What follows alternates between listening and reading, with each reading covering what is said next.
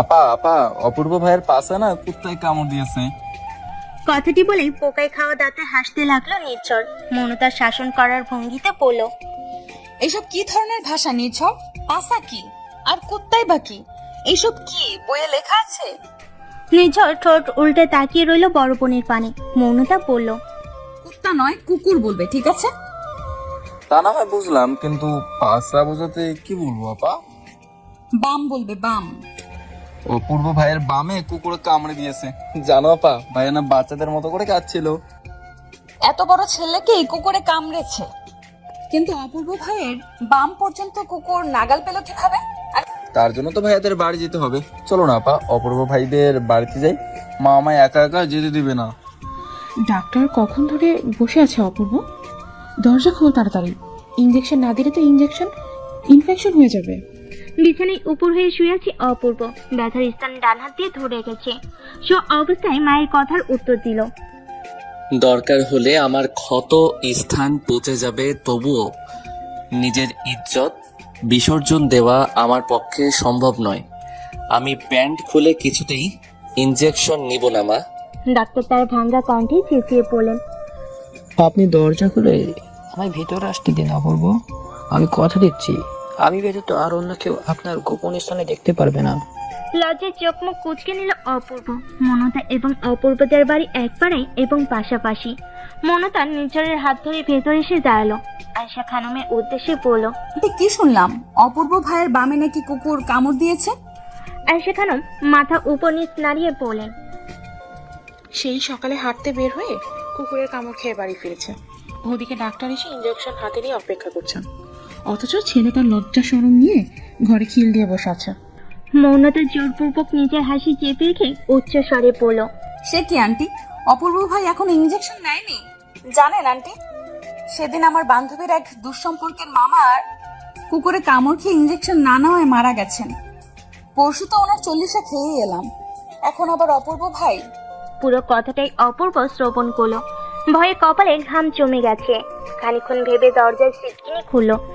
দরজার ফাঁক দিয়ে মাথা বের করে লাজুক স্বরে বলল, তোমরা কেউ কিন্তু ভেতরে আসবে না, শুধু ডাক্তারকে পাঠাও।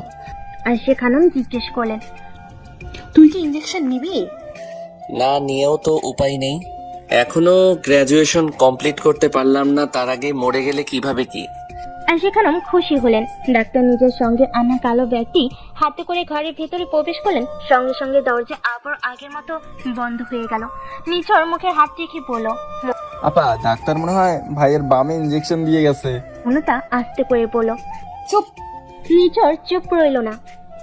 প্যান্টের পকেট থেকে মনতার ফোন বের করে বলল, বাড়ির ওই পাশে অপূর্ব ভাইয়ের ঘরের জানালা আছে। চলো আপা, ওখানে গিয়ে অপূর্ব ভাইয়ের ইঞ্জেকশন নেওয়ার ভিডিও করি। তারপর ফেসবুক টিকটকে ছেড়ে দিয়ে অনেক ভিউ পাওয়া যাবে। মনতা নিচরের দিকে চোখ রাঙিয়ে তাকালো। এতটুকু একটা বাচ্চা ছেলে, অথচ মাথায় কি বুদ্ধি তার। অপূর্ব অগোছালো ভাবে ডাক্তারের উদ্দেশ্যে বলল, ইনজেকশন দিবেন ভালো কথা, কিন্তু চোখ বন্ধ করে দিবেন। ডাক্তার অবাক হয়ে বললেন, সে কি কথা? চোখ বন্ধ করে আবার ইঞ্জেকশন কিভাবে দেয়? আগে তো ক্ষত স্থানটি দেখতে হবে নাকি? এই পেশায় আছেন কত বছর হলো? এই ধরুন 12 বছর তো হবেই। 12 বছর ধরে এই পেশায় থেকেও চোখ বন্ধ করে রোগীকে ইনজেকশন দিতে পারবেন না? আপনি ডাক্তার তো? ডাক্তার অপমানিত বোধ করলেন। দাঁতে দাঁত চেপে বলেন, আমার পেশা নিয়ে এত বড় কথা? ঠিক আছে, খুলুন আপনার প্যান্ট আর আমি চোখ বুঝে আপনার বামে ইঞ্জেকশন দিব। অপূর্ব খুশি হলো, বলল, আগে চোখ বন্ধ করুন। ডাক্তার ইঞ্জেকশন হাতে নিয়ে চোখ বন্ধ করতে অপূর্ব প্যান্ট খুলে দিল। নির্ঝর মনতার হাত থেকে ছুটে গিয়ে কোথাও যেন চলে গেল। মনতা সেখান হতে আর প্রস্থান করতে পারল না। আয়শা খানম চেপে ধরলেন, সোফায় বসিয়ে রাজ্যের গল্প জুড়ে দিলেন। কথার ফাঁকে বললেন, এত বড় ছেলে আমার, এত বড় ভার্সিটিতে পড়ে, অথচ কাজগুলো সব নাদান শিশুদের মতো। একে নিয়ে কি করি বলতো মৌনতা? আয়শা খানম চিন্তিত কণ্ঠে আবারও বলেন, হল থেকে বাড়ি ফিরেছে মাত্র কয়েকদিনের জন্য। কিছুদিন পর নাকি কিসের পরীক্ষা শুরু, কালই আবার ফেরার কথা ছিল, আর আজ কিনা এত বড় একটা অঘটন ঘটিয়ে এলো। আয়শা খানমের কথার পরিপ্রেক্ষিতে কি বলে সান্ত্বনা দিবে বুঝতে পারল না মৌনতা। কিন্তু চুপ তো থাকা যায় না, তাই নিজের বোঝ অনুযায়ী প্রত্যুত্তরে পড়ল। চিন্তা করবেন না আন্টি, ডাক্তার তো ইঞ্জেকশন দিতেই গেছেন, যাওয়ার আগে ওষুধও দিয়ে যাবেন। নিয়মিত ওষুধ খেলে দেখবেন অপূর্ব ভাই ঠিক হয়ে যাবে। আয়েশা খানম স্বস্তি ফিরে পেলেন। অপূর্বের ঘরের দরজা খুলে ডাক্তার বের হলেন। কপালে বিন্দু বিন্দু ঘাম জমে আছে। ডাক্তার তার মোটা শরীর নিয়ে সোফায় বসে পড়ল। খাওয়া পানি হবে? ঘরে গেলেন, গ্লাসে করে পানি এনে ডাক্তারের হাতে দিলেন। এক নিঃশ্বাসে গ্লাসের পানিটুকু শেষ করে ডাক্তার বলেন, ছোট বাচ্চাদের ইঞ্জেকশন দিতে গিয়েও আমার এত নাকা চিবনি খেতে হয়নি যতটা না এই ডামরা ছেলেকে ইঞ্জেকশন দিতে গিয়ে হয়েছে। মমতা হাসলো। আয়েশা খানম সে কথার কর্ণপাত না করে জিজ্ঞেস করলেন, ইঞ্জেকশন দিয়েছেন অপূর্বকে? জি দিয়েছি, কয়েকটি ওষুধ লিখে দিয়ে যাচ্ছি, সেগুলো আনিয়ে নেবেন এবং নিয়মিত খাবেন, ব্যথা কমে যাবে। ডাক্তার তার ব্যাগ থেকে কাগজ কলম বের করে প্রেসক্রিপশন লিখে অপূর্বের বাবা দাউদ ইসলামের হাতে দিলেন। দাউদ ইসলাম ডাক্তারের ফি মিটিয়ে ওনাকে এগিয়ে দিতে গেলেন। এতক্ষণ আটকে রাখা দমটি চালেন আয়েশা খানম। দরজার ফাঁক দিয়ে মাথা বের করে অপূর্ব পড়ল।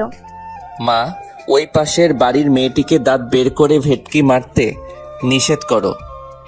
এদিকে ব্যথায় আমার মরি মরি অবস্থা, আর এই মেয়ে কিনা আমার বাড়িতে এসে হাসাহাসি করে অপরাধ করছে। মমতার মুখখানি চুপসে গেল। বামে ডানে তাকিয়ে বসা থেকে উঠে দাঁড়ালো, তারপর ভোঁদর দিল। আয়েশা খানম তেড়ে যেতে লাগলেন ছেলের কক্ষের দিকে। মায়ের এমন আগমনী দেখে দ্রুত দরজা আটকে দিল অপূর্ব। আয়েশা খানম বাইশ থেকে তেজিয়ান কণ্ঠে বলেন, অসভ্য ছেড়ে দরজা বন্ধ করলি কেন? খোল বলছি। অপূর্ব দরজা খুলো না। অপূর্ব জানে দরজা খুলেই মা এসে তার বাম দেখতে চাইবে, অথচ সে যে বড় হয়েছে। ছোট্ট সে শিশু থেকে এক বলিষ্ঠ দেহের পুরুষ হয়েছে তা মা কিছুতেই বুঝতে চান না। বিছানায় বসে হাঁপাচ্ছে মমতা। দৌড়ে আসার ফলে দম আটকে গেছিল তার। মমতার মা রাজিয়া সুলতানা মেয়েকে এভাবে হাঁপাতে দেখে এগিয়ে গেলেন, প্রশ্ন করলেন, কিরে, কোত্থেকে দৌড়ে এলি? আর বলো না মা, অপূর্ব ভাইকে কুকুরে কামড়েছে, তাই দেখতে গিয়েছিলাম। তা না হয় বুঝলাম, কিন্তু তুই কেন দৌড়ে এলি? তোকেও কুকুর তাড়া করেছিল নাকি? মমতা শুকনো ঢোক দিল। অপূর্বের অমন কড়া ভাবে বলা কথা তো আর মাকে বলা যাবে না, কিন্তু মায়ের সামনে কখনোই মিথ্যা বলতে পারে না মন। প্রসঙ্গ বদলে জিজ্ঞেস করলো, নির্ঝর কোথায় মা? বাড়িতে তো দেখছিলাম, হয়তো পড়ার ঘরে আছে। মমতা উঠে চলে এলো পরের ঘরে। নির্ঝর ভাবুক দৃষ্টিতে মেঝের দিকে তাকিয়ে আছে।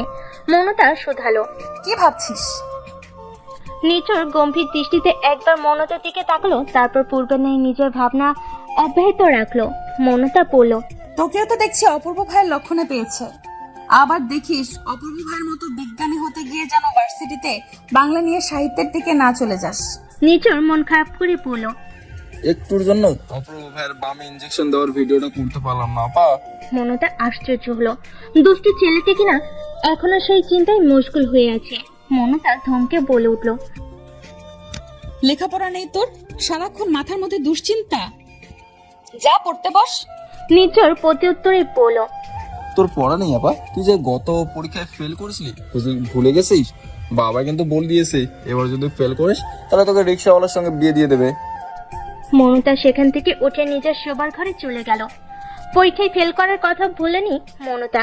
এটি সহজে ভুলে যাওয়ার মতন বিষয় নয়। ইন্টারমিডিয়েট ফার্স্ট ইয়ারের টার্ম পরীক্ষায় শুধুমাত্র ইংরেজিতে ফেল করায় অপূর্ব তাকে নিয়ে অনেক মজা করেছিল, যা মমতার মনে এখনো দাগ কেটে আছে। একেবারে ওষুধ সঙ্গে নিয়ে বাড়িতে ফিরলেন দাউদ ইসলাম। বন্ধ কক্ষে কড়া নাড়লেন। কোনো সারশব্দ না পেয়ে কাট কাট গলায় বললেন, দরজা খোল অপূর্ব। বাবার কণ্ঠ পেয়ে ঝড়ের গতিতে বিছানা থেকে নেমে দরজা খুলে দিল অপূর্ব। দাউদ ইসলাম ভেতরে প্রবেশ করলেন, পর টেবিলের কাছ থেকে চেয়ার টেনে বসলেন।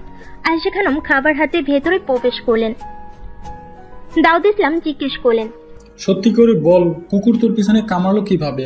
অপূর্ব মিনমিনে স্বরে বলল, ভাদ্র মাসে তো এমনিতেই কুকুরের মাথায় সমস্যা থাকে। হাঁটতে হাঁটতে আমার জুতোর ফিতে খুলে গেছিল, তাই উপর হয়ে জুতোর ফিতে বাঁধছিলাম। কোত্থেকে যেন পাগলা কুকুর এসে কামড় দিল। আশেপাশে মানুষ ছিল বলে বেঁচে গেছি, নইলে তো মাংস ছিঁড়ে তারপর ক্ষান্ত হতো কুকুরটি।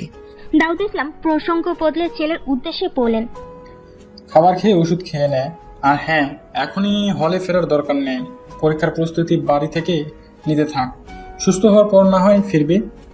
অপূর্ব দ্বিমত পোষণ করে বলল, তা কি করে হয় বাবা? গুরুত্বপূর্ণ কিছু ক্লাস আছে, তারপর প্রেজেন্টেশন আছে, সেগুলো তো করতে হবে। আয়েশা খানম বলেন। আগে ঠিক হো, তারপর ওসব ভাবা যাবে। অপূর্ব চেষ্টা করেও বাবা মাকে বোঝাতে পারলো না যে ইনজেকশন নেওয়া হয়ে গেছে, এখন আর কোনো সমস্যা নেই। অগত্যা তাদের কথা মেনে নিতে হলো। মাগরিবের আজানের এখনো 15 মিনিট বাকি। আকাশ লালচে রূপ ধারণ করেছে। মনতা ছাদে এসে দাঁড়ালো। পাশাপাশি দুটি ছাদ, দূরত্ব 1 হাত। পাশের ছাদে উকি ঝুঁকি মারছে মৌনতা। এক পৈশালী কণ্ঠতে ভেসে এলো, ওহে এলোকেশী চৌর্যের সদৃশ উকি দিয়ে অপর প্রান্ত হতে কি অবলোকন করছো? মৌনতা ভয় পেয়ে গেল। ভয়ত দৃষ্টিতে পিছনে ফিরতে চমকে গেল। তার পেছনে হাত ভাঁজ করে দাঁড়িয়ে আছে অপূর্ব। পরনে তার শুভ্র রঙা শার্ট। মৌনতা ধ্যানে মগ্ন হয়ে গেল সামনে দাঁড়ানো পুষ্টিকে দেখে। অপূর্ব ভুরু কুঁচকে নিল, হেঁটে এসে ছাদের রেলিং ধরে দাঁড়ালো, বলল, ওহে প্রেয়সী, তুমি কি জানো দেশে পুরুষ নির্যাতনের আইন থাকলে সর্বপ্রথম তোমার যাবজ্জীবন কারাদণ্ড হতো? মৌনতার ধ্যান ভাঙলো। আশ্চর্যজনিত কণ্ঠে শুধালো, কেন অপূর্ব ভাই? আমি আবার কি অন্যায় করলাম? কেনই বা আমার কারাদণ্ড হবে? কি করনি তাই বলো। এই যে নিজের হরিণী আখিদয় দ্বারা একটি পুরুষের দিকে আগ্নেয় দৃষ্টি নিক্ষেপ করলে এটি কি অন্যায় নয়? মৌনতা ভরকে গেল, প্রশ্ন করলো, এটা কিভাবে অন্যায় হয়? কেন এটি অন্যায় হবে না? এটি অবশ্যই অন্যায়, বলতে গেলে মারাত্মক অন্যায়, যার শাস্তি অবশ্যই হওয়া প্রয়োজন। হৃদয় পড়িলে বাঁচব কি করে প্রেয়সী? মৌনতা মুখ বাঁকিয়ে বলল, বাঁচতে হবে না, মরে যান। অপূর্ব হাসলো। মৌনতা আবারও ঘায়েল হলো সেই হাসিতে। গুনগুন শব্দে বলল, রবীন্দ্রনাথ বলেছিলেন, প্রহর শেষে আলোয় রাঙা সেদিন চৈত্র মাস, তোমার চোখে দেখেছিলাম আমার সর্বনাশ। কিন্তু আমি তো তার হাসিতে দেখেছিলাম আমার সর্বনাশ। লালচে রাঙা আকাশের নিচে সেদিন ছিল ভাদ্র মাস, তার হাসিতে দেখেছিলাম আমার সর্বনাশ। মৌনতা মুহূর্তেই খুশি হলো। নিজেকে এখন কবি কবি মনে হচ্ছে, প্রেমের কবি। অপূর্ব লালচে রাঙা আকাশের দিকে দৃষ্টি নিক্ষেপ করলো, আদুরে কণ্ঠে বলল, এত দ্রুত আমার মরণ না হোক প্রেয়সী, আমি অনেক দিন বাঁচতে চাই। হাতে হাত রেখে পাশাপাশি বসে ওই রিকশায় করে পুরো শহর ঘুরতে চাই আমার হৃদয় হরিণীর সঙ্গে। তারপর না হয় মরে গিয়েও শান্তি। মৌনতার লম্বা পেনুনি হুট করে টেনে ধরলো অপূর্ব। ব্যথায় আহ শব্দ করে উঠল মৌনতা। অপূর্ব বলল, তোমার মুখের মতো দেখছি তোমার চুলের কোনো জোর নেই। চুল বের করে কলেজে যাও কেন? ছেলেরা এমন দুর্বল চুল দেখলে তো জ্ঞান হারাবে। মৌনতা নিম্নস্বরে বলল, অপূর্ব ভাই, আপনি হয়তো ভুলে যাচ্ছেন আমি গার্লস কলেজে পড়ি। গার্লস কলেজে ছেলে আসবে কোত্থেকে? অপূর্বের কপালে সূক্ষ্ম কয়েকটি ভাঁজ পড়ল, বলল, গার্লস স্কুল শুনেছি, কিন্তু গার্লস কলেজ তো কখনো শুনিনি। আমার জানা মতে তুমি তো মহিলা কলেজে পড়ো। মৌনতা নিরস মুখে বলল। ওই একই হলো, ইংরেজিতে গার্লস কলেজ। অপূর্ব বিদ্রুপ করে বলল, মহিলার ইংরেজি হচ্ছে ওমেন। উচ্চ মাধ্যমিকে লেখাপড়া করার পরেও এই ছোট ইংরেজি শব্দটি জানো না, নাকি মহিলা কলেজ বলতে লজ্জা পাও? মৌনতার রাগ হলো, চুপ করে হাঁটতে লাগলো। অপূর্ব মৌনতার পাশাপাশি হাঁটছে। হাঁটতে হাঁটতে বলল, ও, তুমি তো আবার ইংরেজিতে ফেল করো। অপূর্বের এই কথায় লজ্জা এবং রাগে মৌনতার কান দিয়ে ধোয়া বের হবার উপক্রম হলো। মৌনতার রাগ মিশ্রিত চাহনিতে অপূর্বের দিকে তাকালো। অপূর্ব ভুরু উঁচিয়ে বলল, এভাবে তাকালে কেন? মারবে আমায়? ওহে এলোকেশী, আমায় মারার জন্য যে কোনো অস্ত্র তোমায় ব্যবহার করতে হবে না। শুধুমাত্র তোমার ওই দৃষ্টি নামক বিষে ভরা বান আমার দিকে নিক্ষেপ করলে যে আমি নামক মানবটি ঘায়েল হয়ে যাব। কুকুরের কামড় খেয়েও কি আপনার শিক্ষা হয়নি? গতকাল থেকে এই অবস্থা নিয়ে পুরো এলাকা চষে বেড়াচ্ছেন। আমি কি তোমার মতো দুর্বল নাকি? সামান্য ব্যথা আমায় কাবু করতে পারে না। মৌনতা আর দাঁড়ালো না, এক প্রকার দৌড়ে চলে যেতে লাগলো। কিন্তু অপূর্ব সেখানেই থেমে গিয়ে মুচকি হাসলো, গলা উঁচু করে বলল, কাল থেকে যেন হিজাব পরে বাহিরে বের হতে দেখি। সদর দরজার রাজিয়া সুলতানার সামনে পড়ে গেল মৌনতা। সন্দেহভাজন দৃষ্টিতে মেয়ের দিকে তাকিয়ে আছেন রাজিয়া সুলতানা। বললেন, এত বড় হয়ে গেছিস অথচ এখনো রাস্তাঘাট দিয়ে দৌড়ে দৌড়ে বাড়ি ফিরতে লজ্জা করে না? মনতা দুদিকে মাথা নাড়ালো। রাজিয়া সুলতানা চমকে গেলেন। বলেন, আবার মাথা নাড়িয়ে বোঝানো হচ্ছে লজ্জা নেই। বোকা বোকা চাহনিতে হাসলো মৌনতা। রাজিয়া সুলতানা সরে দাঁড়ালেন দরজার সামনে হতে। পেছন থেকে বলেন, হাত মুখ ধুয়ে তাড়াতাড়ি খেতে আয়। মৌনতা আচ্ছে বলে ঘরে গেল। মৌনতার বাবা শাকিল আহমেদ বাড়িতে আছেন। মৌনতা হাত মুখ ধুয়ে খাবার টেবিলে বসলো। বাবাকে বাড়িতে দেখে জিজ্ঞেস করলো, আজ তো বুধবার বাবা, তাহলে তুমি বাড়িতে যে অফিসে যাওনি? শাকিল আহমেদ মেয়ের প্রশ্নের জবাবে বলেন, না, ছুটি নিয়ে এসেছি। বাড়িতে আজ মেহমান আসবে, তাই আগেই চলে এসেছি। মৌনতা আগ্রহ নিয়ে জিজ্ঞেস করলো, কে আসবে বাবা? এলেই দেখতে পাবি। মৌনতার কথা বাড়ালো না। রাজিয়া সুলতানা খাবার বেড়ে দিতেই খেতে লাগলো সে। কয়েকটি গুরুত্বপূর্ণ কাগজে ফটোকপি করতে দিয়েছিল অপূর্ব। ফটোকপি শেষে বাড়ি ফেরার পথে কেউ তার নাম ধরে ডাকলো। সঙ্গে সঙ্গে ভুরু কুচকে পেছন ফিরে তাকালো সে। অপূর্বকে তাড়াতে দেখে অধরে হাসি ফুটে উঠল। নুসেরা এগিয়ে এসে জিজ্ঞেস করলো, কতদিন পর তোমায় দেখলাম অপূর্ব, কেমন আছো? সৌজন্য হেসে অপূর্ব বলল, আলহামদুলিল্লাহ ভালো আছি। তুমি কেমন আছো? আর ভালো থাকা? তুমি তো আমার মেসেজের কোনো উত্তরই দাও না, এমনকি কল দিলেও ধরো না। আমাকে ইগনোর করছো? অপূর্ব অপরাধী কণ্ঠে বলল, ভুল বুঝছো নুসেরা, আসলে সময়টা খুব ব্যস্ততায় কাটছিল। সোশ্যাল মিডিয়ায়ও অনেকদিন ধরে অ্যাক্টিভ ছিলাম না, তাই দেখতে পাইনি। নুসেরা অভিমানী কণ্ঠে বলল, বুঝেছি। যদি বাবার মতো থাকতো, আমাকে ভর্তি পরীক্ষা দিতে দিত, তাহলে হয়তো আজ আমাদের মধ্যকার এত দূরত্ব থাকতো না। অপূর্ব মাথা নাড়িয়ে পড়ল, আজ তাহলে আসি, কাজ আছে আমার। সময় করে আমাদের বাড়িতে এসো একদিন। ঠিক আছে। অপূর্ব প্রস্থান করলো। স্কুল এবং কলেজ জীবনে নুসেরা এবং অপূর্ব সহপাঠী ছিল। এখন দুজনেই আলাদা দুটি বিশ্ববিদ্যালয়ের শিক্ষার্থী। খাওয়া শেষে মোবাইল নিয়ে বসে আছে মৌনতা। এতক্ষণে সেই মেহমান চলে এসেছে। অকস্মাৎ রাজিয়া সুলতানা ঘরে এসে বিছানার উপর একটি শাড়ি রাখলেন। মৌনতার উদ্দেশ্যে বললেন, যা এই শাড়িটা পরে আয়। শাড়ি কেন পরবো মা? ছেলেপক্ষ তোকে দেখতে এসেছে, তাই শাড়িটা পরে আয়। মৌনতা মুহূর্তে চমকে গেল। বলল, এসব কি বলছো মা? ছেলেপক্ষ দেখতে এসেছে মানে? আমি কিন্তু এত তাড়াতাড়ি বিয়ে করবো না মা। রাজিয়া সুলতানা বিরক্ত হয়ে বলেন, আহা, দেখতে এলেই কি বিয়ে হয়ে যায় নাকি? শুধু ওনাদের সামনে যাবি, ওনারা দেখবেন, তারপর চলে আসবি। মৌনতা মাকে বোঝানোর চেষ্টা করলো, কিন্তু তার মা তার কথাই পাত্তা দিল না। অগত্যা শাড়ি পরে এলো মৌনতা। শাড়ির সঙ্গে ম্যাচিং হিজাব বাঁধলো মাথায়। রাজিয়া সুলতানা মেয়েকে নিয়ে বসার ঘরে এলেন। বেশ কয়েকজন বসে আছে বসার ঘরে। মৌনতাকে তাদের সামনে বসানো হলো। একজন বয়স্ক মহিলা প্রশ্ন করলেন, তোমার নাম কি মা? রাজিয়া মেয়ের কানের কাছে মুখ নিয়ে বললেন, যা জিজ্ঞেস করেছে তার উত্তর দে। মৌনতা নিচের দিকে তাকিয়ে উত্তর দিল। মৌনতা জান্নাত তৃষা। মহিলাটি বললেন, মাশাআল্লাহ, সুন্দর নাম। একের পর এক প্রশ্ন করে যাচ্ছে ওনারা, আর মৌনতা বাধ্য হয়ে তার উত্তর দিচ্ছে। খানিকক্ষণ পর আরেকটি মহিলা বলে উঠলেন, হিজাবটা কি সরানো যাবে?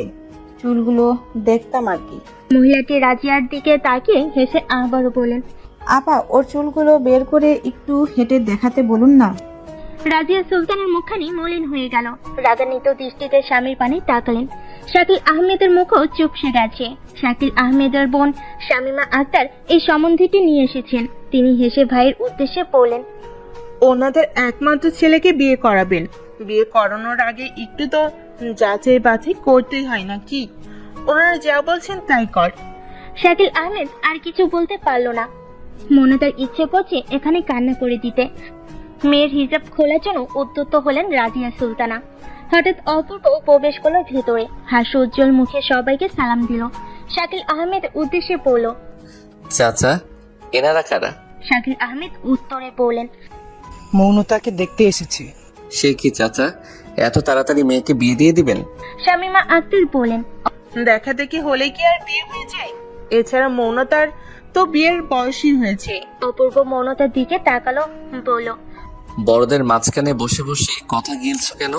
যাও, ঘরে গিয়ে পড়তে বসো।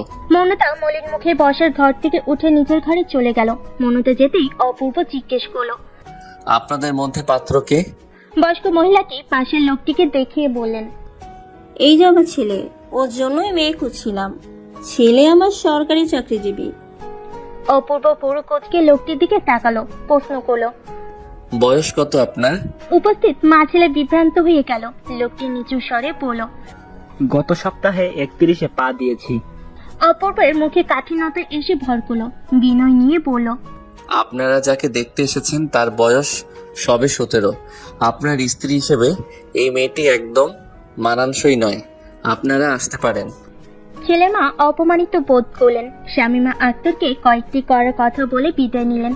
এবার অপূর্ব শাকিল আহমেদের উদ্দেশ্যে বলল, একটা মাত্র মেয়ে আপনার, বিয়ে দিবেন ভালো কথা, তাই বলে এত বয়স্ক একটি লোকের সঙ্গে বিয়ে ঠিক করবেন? এতগুলো মানুষের সামনে মেয়েকে পণ্য সমতুল্য করে উপস্থাপন করবেন চাচা? শাকিল আহমেদ মাথা নিচু করে নিলেন, বলেন, আসলে মৌনতার বড় ফুফু এমন ভাবে জোর করলো। মেয়ে আপনার খাইয়ে পড়িয়ে বড় করছেন আপনি। বিয়ের পর কোনো ঝামেলা হলে আপনাকে সেখানে যেতে হবে। এখানে অন্যের কথায় কি আসে যায় চাচা? লোকে কত কিছুই বলবে, তাই বলে কি লোকের কথা শুনতে হবে? অর্থবিত্ত কখনো সুখ বয়ে আনে না চাচা। মৌনতা আগে উচ্চ মাধ্যমিক পরীক্ষাটি দিক, তারপর না হয় এসব নিয়ে ভাবা যাবে। শাকিল আহমেদ উপনিস মাথা নাড়ালেন। শামীমা আক্তার শক্ত গলায় বলেন, তুমি জ্ঞান দাও কে ছেলে?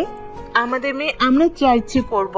শাকিল আহমেদ প্রতিবাদী কণ্ঠে বলেন, ও যেই হোক আপা, ভুল কিছু তো বলেনি, বরঞ্চ তোমার কথায় সাই দেওয়া আমার ভুল হয়েছে। তুই বাইরের ছেলের সামনে আমাকে হেই করছিস শাকিল? হ্যাঁ করছি না আপা, নিজের ভুল স্বীকার করছি। শাকিল আহমেদ কথাটি শেষ করে ঘরে চলে গেলেন। শামীমা আক্তারও বসা থেকে উঠে দাঁড়ালেন। রাজিয়া ননদের উদ্দেশ্যে বলেন, আপা, ঘরে গিয়ে বসুন। তোদের ঘরে গিয়ে বসার আর ইচ্ছে নেই আমার। আমি আমার বাড়িতে চললাম। মুখ ঝামটা মেরে চলে গেলেন শামীমা আক্তার। অপূর্ব রাজিয়া সুলতানের উদ্দেশ্যে বললেন, এদিকে যে আমি এসে বসে আছি সে খেয়াল তো দেখছি আপনার নেই চাচি। রাজিয়া সুলতানা ঘাবড়ে গেলেন। অপূর্ব বলল, মেয়েকে বিয়ে দেওয়ার জন্য উঠে পড়ে লেগেছেন, অথচ বিয়ের পর যদি আমার মতো করে হঠাৎ মেয়ে জামাই বাড়িতে চলে আসে তখন কি এভাবেই বসিয়ে রাখবেন নাকি? রাজিয়া সুলতানা লজ্জা পেলেন। অতি ব্যস্ত হয়ে পড়লেন। তুমি বসো বাবা, আমি তোমার জন্য চা নিয়ে আসছি। অপূর্ব উঠে দাঁড়ালো। মনতার ঘরের দিকে যেতে যেতে বলল, শুধু চা আমি খাই না, সাথে কিছু বিস্কুটও দিয়ে যাবেন। আমি আপনার বলদি মেয়ের ঘরে আছি। রাজিয়া সুলতানা হাসলেন। রান্নাঘরের দিকে যাওয়া ধরলেন। মনতা গালে হাত দিয়ে বিছানায় বসে আছে। আজ অনেকদিন বাদে অপূর্ব এই বাড়িতে প্রবেশ করেছে। মনতার ঘরে শেষ যখন অপূর্ব এসেছিল তখন মনতার এসএসসি পরীক্ষা চলছিল। শাকিল আহমেদ অপূর্বকে বলেছিলেন যাতে এসএসসি পরীক্ষার সময়টা সে মনতাকে একটু পড়ায়। অপূর্ব শাকিল আহমেদের কথা ফেলতে পারল না। নিজের পড়াশোনা ছেড়ে ছুড়ে আরেকজনকে পড়াতে চলে এসেছিল। অপূর্ব ঘরে ঢুকে মৌনতার টেবিলের সামনে হতে চেয়ারটি টেনে বসলো। গম্ভীর কণ্ঠে বলল, গালে হাত দিয়ে বসে আছো কেন? ওই মাঝবয়সী লোকটির সঙ্গে বিয়ে হয়নি বলে কি মন খারাপ? মৌনতা অপূর্বর দিকে পূর্ণ দৃষ্টিতে তাকালো। আপনি অনেক বাজে বকেন অপূর্ব ভাই। আমি সর্বদা সত্য কথাই বলি, আর এই সত্য কথা কেউ পছন্দ করে না, তাই তাদের কাছে এই সত্য কথা বাজে বকার সমতুল্য। কথায় কথায় সাহিত্য বলাটা না আমার পছন্দ নয়। বলো। অপূর্ব তার স্বভাব সুলভ ভঙ্গিতেই মুচকি হেসে শুধালো, তোমার নাম মৌনতা কে রেখেছে বলো তো? বিশ্বাস করো, তোমার সঙ্গে মৌনতা নামটি যায় না। তোমার নাম হওয়া উচিত ছিল বাচালতা।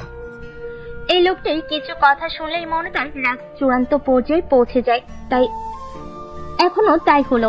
অপূর্ব বলল, আহা, রেগে যাচ্ছ কেন? তোমার তো খুশি হওয়া দরকার। এই অপূর্ব তোমায় নতুন একটি নাম দিয়েছে। আজ থেকে তোমার নাম বাচালতা সেন। ওইটা বনলতা সেন হবে। হুম, তুমি আমার বাচালতা সেন। আপনি আমার নাম দেওয়ার কে? অলরেডি আমার একটি নাম আছে। রবীন্দ্রনাথ ঠাকুর যদি বিয়ের পর তার স্ত্রীর নাম বদলে ফেলতে পারে, তাহলে এই 20 শতাব্দীতে এসে আমি কেন পারবো না? সে তার বউয়ের নাম রেখেছে, আমি কি আপনার বউ নাকি? এক সময় না এক সময় কারো না কারো বউ তো হবেই, তাই আগে থেকেই নাম রেখে দিয়েছি। আন্টি আপনাকে সহ্য করে কিভাবে বলুন তো? আন্টির জায়গায় আমি হলে ঝাঁটা পিটা করে আপনার মাথা থেকে এই ভুল সাহিত্য বের করে দিতাম। অপূর্ব ভাই, মায়ের জায়গায় তুমি তো যেতে পারবে না, তবে চাইলে অন্য একটি জায়গা ঠিকই নিতে পারো। মনটা ভুরু কুচকে শোধালো। কোন জায়গা? রাজিয়া সুলতানা চায়ের ট্রে হাতে ভেতরে এলেন। অপূর্বের কথার মাঝপথে থেমে গেল। চায়ের কাপ হাতে নিয়ে চুমুক দিয়ে অপূর্ব বলল, চাটা দারুণ হয়েছে চাচি। আপনার এই মেয়েটিকে ভালো করে চা বানানো শিখাবেন তো। রূপের যে ছিরি, যদি চা খাইয়ে স্বামীর মন জয় করতে পারে। খেয়ে মনতার বাড়ি থেকে নিজের বাড়িতে চলে গেল অপূর্ব। মনতা মনে মনে বলল, কেমন বেহায়া লোক, মায়ের সামনে কিনা আমাকে অপমান করে গেল। আমাকে যে ছেলেপক্ষ দেখতে এসেছে অপূর্ব ভাই জানলো কিভাবে? নির্ঝর এবং মনতা একসঙ্গে বের হয়েছে বাড়ি থেকে। মনতা কলেজে যাবে আর নির্ঝর টিউশনে যাবে। হাঁটতে হাঁটতে মনতার প্রশ্নের উত্তর দিল নির্ঝর। আমি বলেছি তুই? ফুপিকে বলতে শুনেছিলাম ওদের যদি তোমাকে পছন্দ হয় তাহলে কালই নাকি আংটি পড়ে যাবে। তাই আমি দৌড়ে গিয়ে অপূর্ব ভাইকে জানিয়েছি। ঠিক করেছি না আপা? মনতা হেসে নির্ঝরের দিকে একটি ক্যাডবেরি প্যাকেট এগিয়ে দিল। নির্ঝর দ্রুত সেটি নিজের হাতে নিয়ে নিল। মনতা বলল, একদম ঠিক করেছিস। নির্ঝরকে টিউশনে দিয়ে এসে নিজের কলেজে চলে গেল মনতা। নির্ঝর এবার ৫ম শ্রেণীর ছাত্র। বাড়ি থেকে মনতার কলেজে দূরত্ব আধা ঘন্টা, আর নির্ঝরের স্কুল বাড়ির কাছাকাছি। বাড়িতে আজ অপূর্বর বড় বোন উর্মিলা এসেছে। উর্মিলার মুখখানায় এক ফালি কালো মেঘ ভর করে রেখেছে। আয়েশা খানম মেয়ের উদ্দেশ্যে শুধালেন, কি রে, তোকে দেখতে এমন লাগছে কেন? জামাই কোথায়? আগের চুড়ে কালো মেঘ যখন রাজত্ব শুরু করে তখন সেই মেঘ ভেদ করে অজস্র বৃষ্টির ফোঁটা জমিনে বর্ষণ হয়। ঠিক তেমনি উর্মিলার মুখশ্রীতে রক্তিম আভা ফুটে উঠল। মাকে সামনে পেয়ে জড়িয়ে ধরে কাঁদতে লাগলো। আয়েশা খানম পুনরায় প্রশ্ন করলেন, কি হয়েছে, কাঁদছিস কেন? জামাইয়ের সঙ্গে কি কোনো ঝামেলা হয়েছে? ওনার সাথে ঝামেলা করার কি সাহস আছে আমার? ঝামেলা করলেই কি আর ওই বাড়িতে টিকতে পারবো মা? তাহলে কি হয়েছে? উর্মিলা উদাস ভঙ্গিতে বলল, আমার ভাগ্যটাই খারাপ মা, এই জন্যই তো এমন একটা কিপটে লোকের সঙ্গে বিয়ে হয়েছে আমার। নইলে কি একা একা নিজের বাবার বাড়িতে আসতে হয়? অপূর্ব বলল, আমরা সবাই জানি দুলাভাই কেমন প্রকৃতির মানুষ। একটা কথা আছে না, আয় বুঝে ব্যয় করতে হয়। দুলাভাই ঠিক সেরকম, কিন্তু ওনার মনটা খুব ভালো। এই জন্যে কি আমি আমার বাবার বাড়িতে খালি হাতে আসবো? তোকে কি আমরা কেউ বলেছি খালি হাতে এলে বাড়িতে ঢুকতে দিব না? উর্মিলা প্রতিক্রিয়াহীন হয়ে গেল। অপূর্ব বলল, ছোট্ট একটি কারণে রাগ করা, দুঃখ পাওয়া বন্ধ করো আপা। একটা কথা মনে রাখবি, অর্থ থাকতে সব সময় বুঝে শুনে খরচ করতে হয়। নিজের সামর্থ্যের বাহিরে কখনো কাউকে বিলাসিতা দেখাতে যাবি না, কিংবা অতিরিক্ত খরচ করবি না। অর্থ ফুরিয়ে গেলে কিন্তু পাশে আর কাউকে পাওয়া যায় না। উর্মিলা ছোট্ট করে বলল, এই বাড়িটি এখনো তোর, তাই নিজের বাড়িতে আসার সময় হাত খালি নাকি ভরা এসব কখনো ভাববি না। উর্মিলা মাথা নাড়িয়ে চোখের পানি মুছে নিল।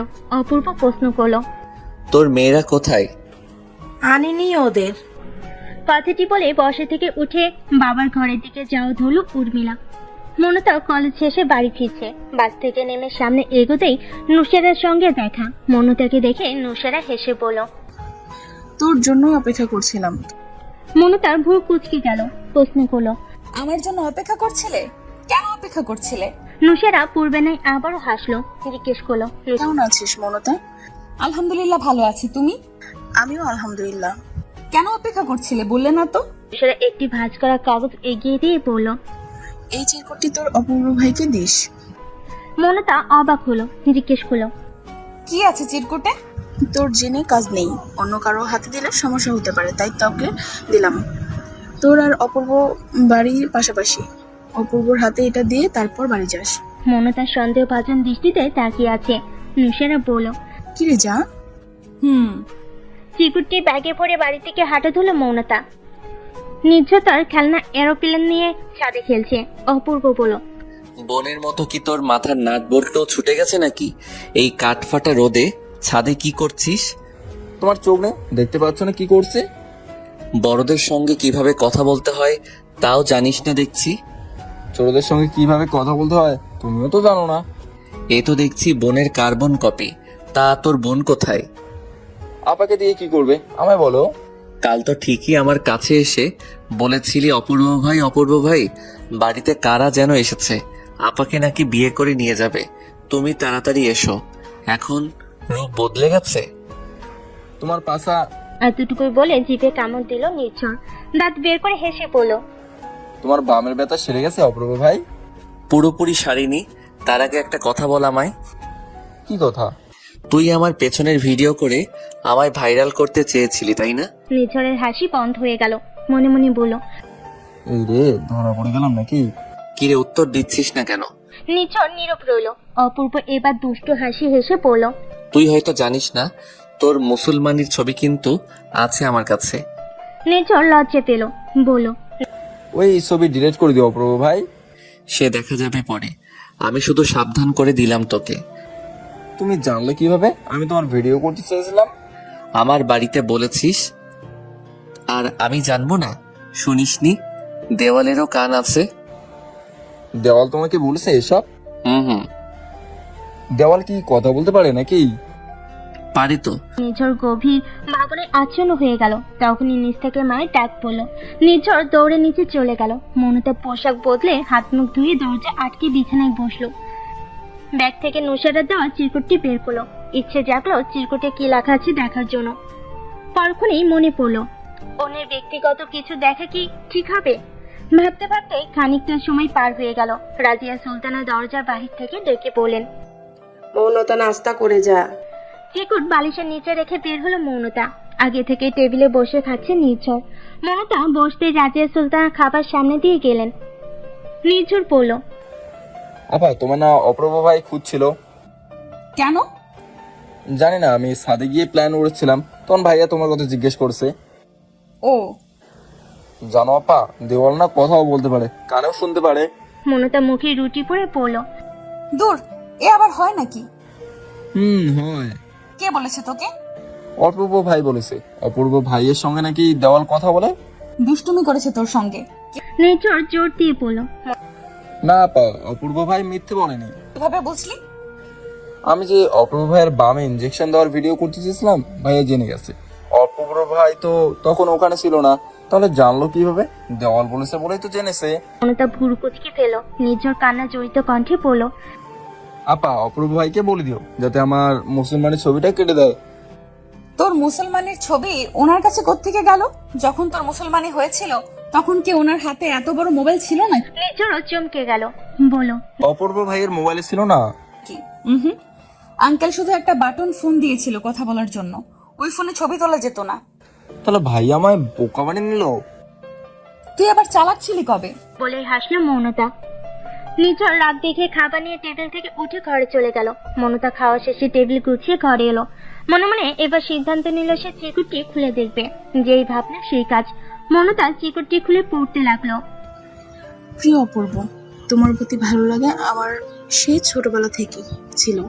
ক্লাসের ফাঁকে কত যে তোমায় লুকিয়ে লুকিয়ে দেখেছি তার হিসেব নেই। যখন তুমি আমার দৃষ্টির অলক্ষ্যে চলে গেলে, যখন তোমার আমার দূরত্ব কয়েক মাইল কয়েক ঘন্টায় রূপান্তরিত হলো, তখন আমি তোমার শূন্যতা অনুভব করতে পারলাম। বুঝতে পারলাম ওগুলো কোনো সাধারণ অনুভূতি ছিল না, ছিল তোমার প্রতি আমার ভালোবাসা। তোমার সঙ্গে কতবার যোগাযোগ করার চেষ্টা করেছি, তোমাকে মেসেজ দিয়েছি, অথচ তা তোমার চোখেও পড়েনি। সেদিন যখন আমাদের দেখা হলো, আমি চেয়েছিলাম আমার মনের জমানো কথাগুলো তোমায় জানাতে, কিন্তু তুমি তারা দেখিয়ে চলে গেলে। জানো অপূর্ব, বাবা আমায় বিয়ে ঠিক করেছে। বাবার সিদ্ধান্তের উপর কথা বলার সৎ সাহস আমার নেই, কিন্তু এই বিয়ে যে আমি মন থেকে কখনোই মেনে নিতে পারবো না, কারণ আমি তোমাকে ভালোবাসি। তুমি হয়তো আবারও ফিরে যাবে বলে, তখন ওই অব্যক্ত কথাগুলো হয়তো বলা হবে না। এবার কি আমার বাবার সঙ্গে কথা বলবে অপূর্ব? আমি যে তুমি বিনা কারোর সঙ্গে নিজের জীবন বাঁধতে চাই না। এতে নুসেরা। মৌনতা শুকনো ঢুকিল, জোরে জোরে কয়েকটা নিঃশ্বাস নিল, বলল, নুসেরা আপু অপূর্ব ভাইকে পছন্দ করে। মৌনতার লেখার দিকে তাকিয়ে আনমনে পুনরায় বলে উঠল, এই চিরকুট যদি অপূর্ব ভাই দেখে তাহলে উনিও কি নুসেরা আপুকে ভালোবাসবেন? নুসেরা আপুর বিয়ে ভেঙে দেবেন? মৌনতা লেখার দিকে তাকিয়ে আনমনে পুনরায় বলে উঠল, অজান্তেই চোখ দিয়ে পানি গড়িয়ে পড়ল মৌনতার। অপূর্বকে অন্যের সঙ্গে কল্পনা করতে তার কষ্ট হচ্ছে, সেখানে অন্য কারোর সঙ্গে দেখলে কি হবে। কিং কর্তব্য বিমূঢ় হয়ে বিছানায় বসে আছে মৌনতা। নানা ধরনের আবল তাবল ভাবনায় মশগুল সে। মাগরিবের আজান হয়ে গেছে। রাজিয়া সুলতানা চেঁচিয়ে বললেন, আজান দিয়েছে মৌনতা, শুনতে পাসনি? নামাজ পড়তে যা। মৌনতা উঠে গেল। অজু করে এসে জায়নামাজ বিছিয়ে নামাজ পড়তে লাগলো। নির্জল গালে হাত দিয়ে গম্ভীর দৃষ্টিতে দেওয়ালের দিকে তাকিয়ে আছে। এবার দেওয়ালের উদ্দেশ্যে বলল, তুই কথা বলতে পারিস, আবার কানেও শুনতে পারিস, তাহলে আমার সঙ্গে কথা বলতো দেখে। বিপরীত দিক থেকে কোনো উত্তর না পেয়ে নির্জল আবারও বলল, অপূর্ব ভাইয়ের সঙ্গে তো ঠিকই কথা বলিস, তাহলে আমার সঙ্গে কেন বলছিস না? ছেলেকে একা একা কথা বলতে দেখে রাজিয়া সুলতানা ভুরু কুঁচকে ফেললেন। জিজ্ঞাসা করলেন, কিরে, একা একা কার সঙ্গে কথা বলিস? মাথা কি গেছে? নির্জল অসহায় কণ্ঠে বলল, দেখো না মা, দেওয়াল অপূর্ব ভাইয়ের সঙ্গে কথা বলে, কিন্তু আমার সঙ্গে বলে না। দেয়াল কি কথা বলতে পারে নাকি? তাহলে অপূর্ব ভাই যে বললো? এমনি বলেছে। নামাজ শেষ করে ঘর থেকে বের হলো মৌনতা। মায়ের উদ্দেশ্যে বলল, মা, আমি একটু অপূর্ব ভাইদের বাড়ি থেকে আসছি। রাজিয়া সুলতানা ওখান থেকেই উত্তর দিলেন, তোর বাবা চলে আসবে, এখন কোথাও যেতে হবে না, পড়তে বস। খুব দরকার আছে মা, এই যাবো আর আসবো। রাজিয়া সুলতানা আর কিছু বললেন না। মৌনতা অপূর্বদের বাড়িতে চলে গেল। সদর দরজা খোলা আছে। মৌনতা ভেতরে প্রবেশ করতেই আয়েশা খানমের দেখা পেল।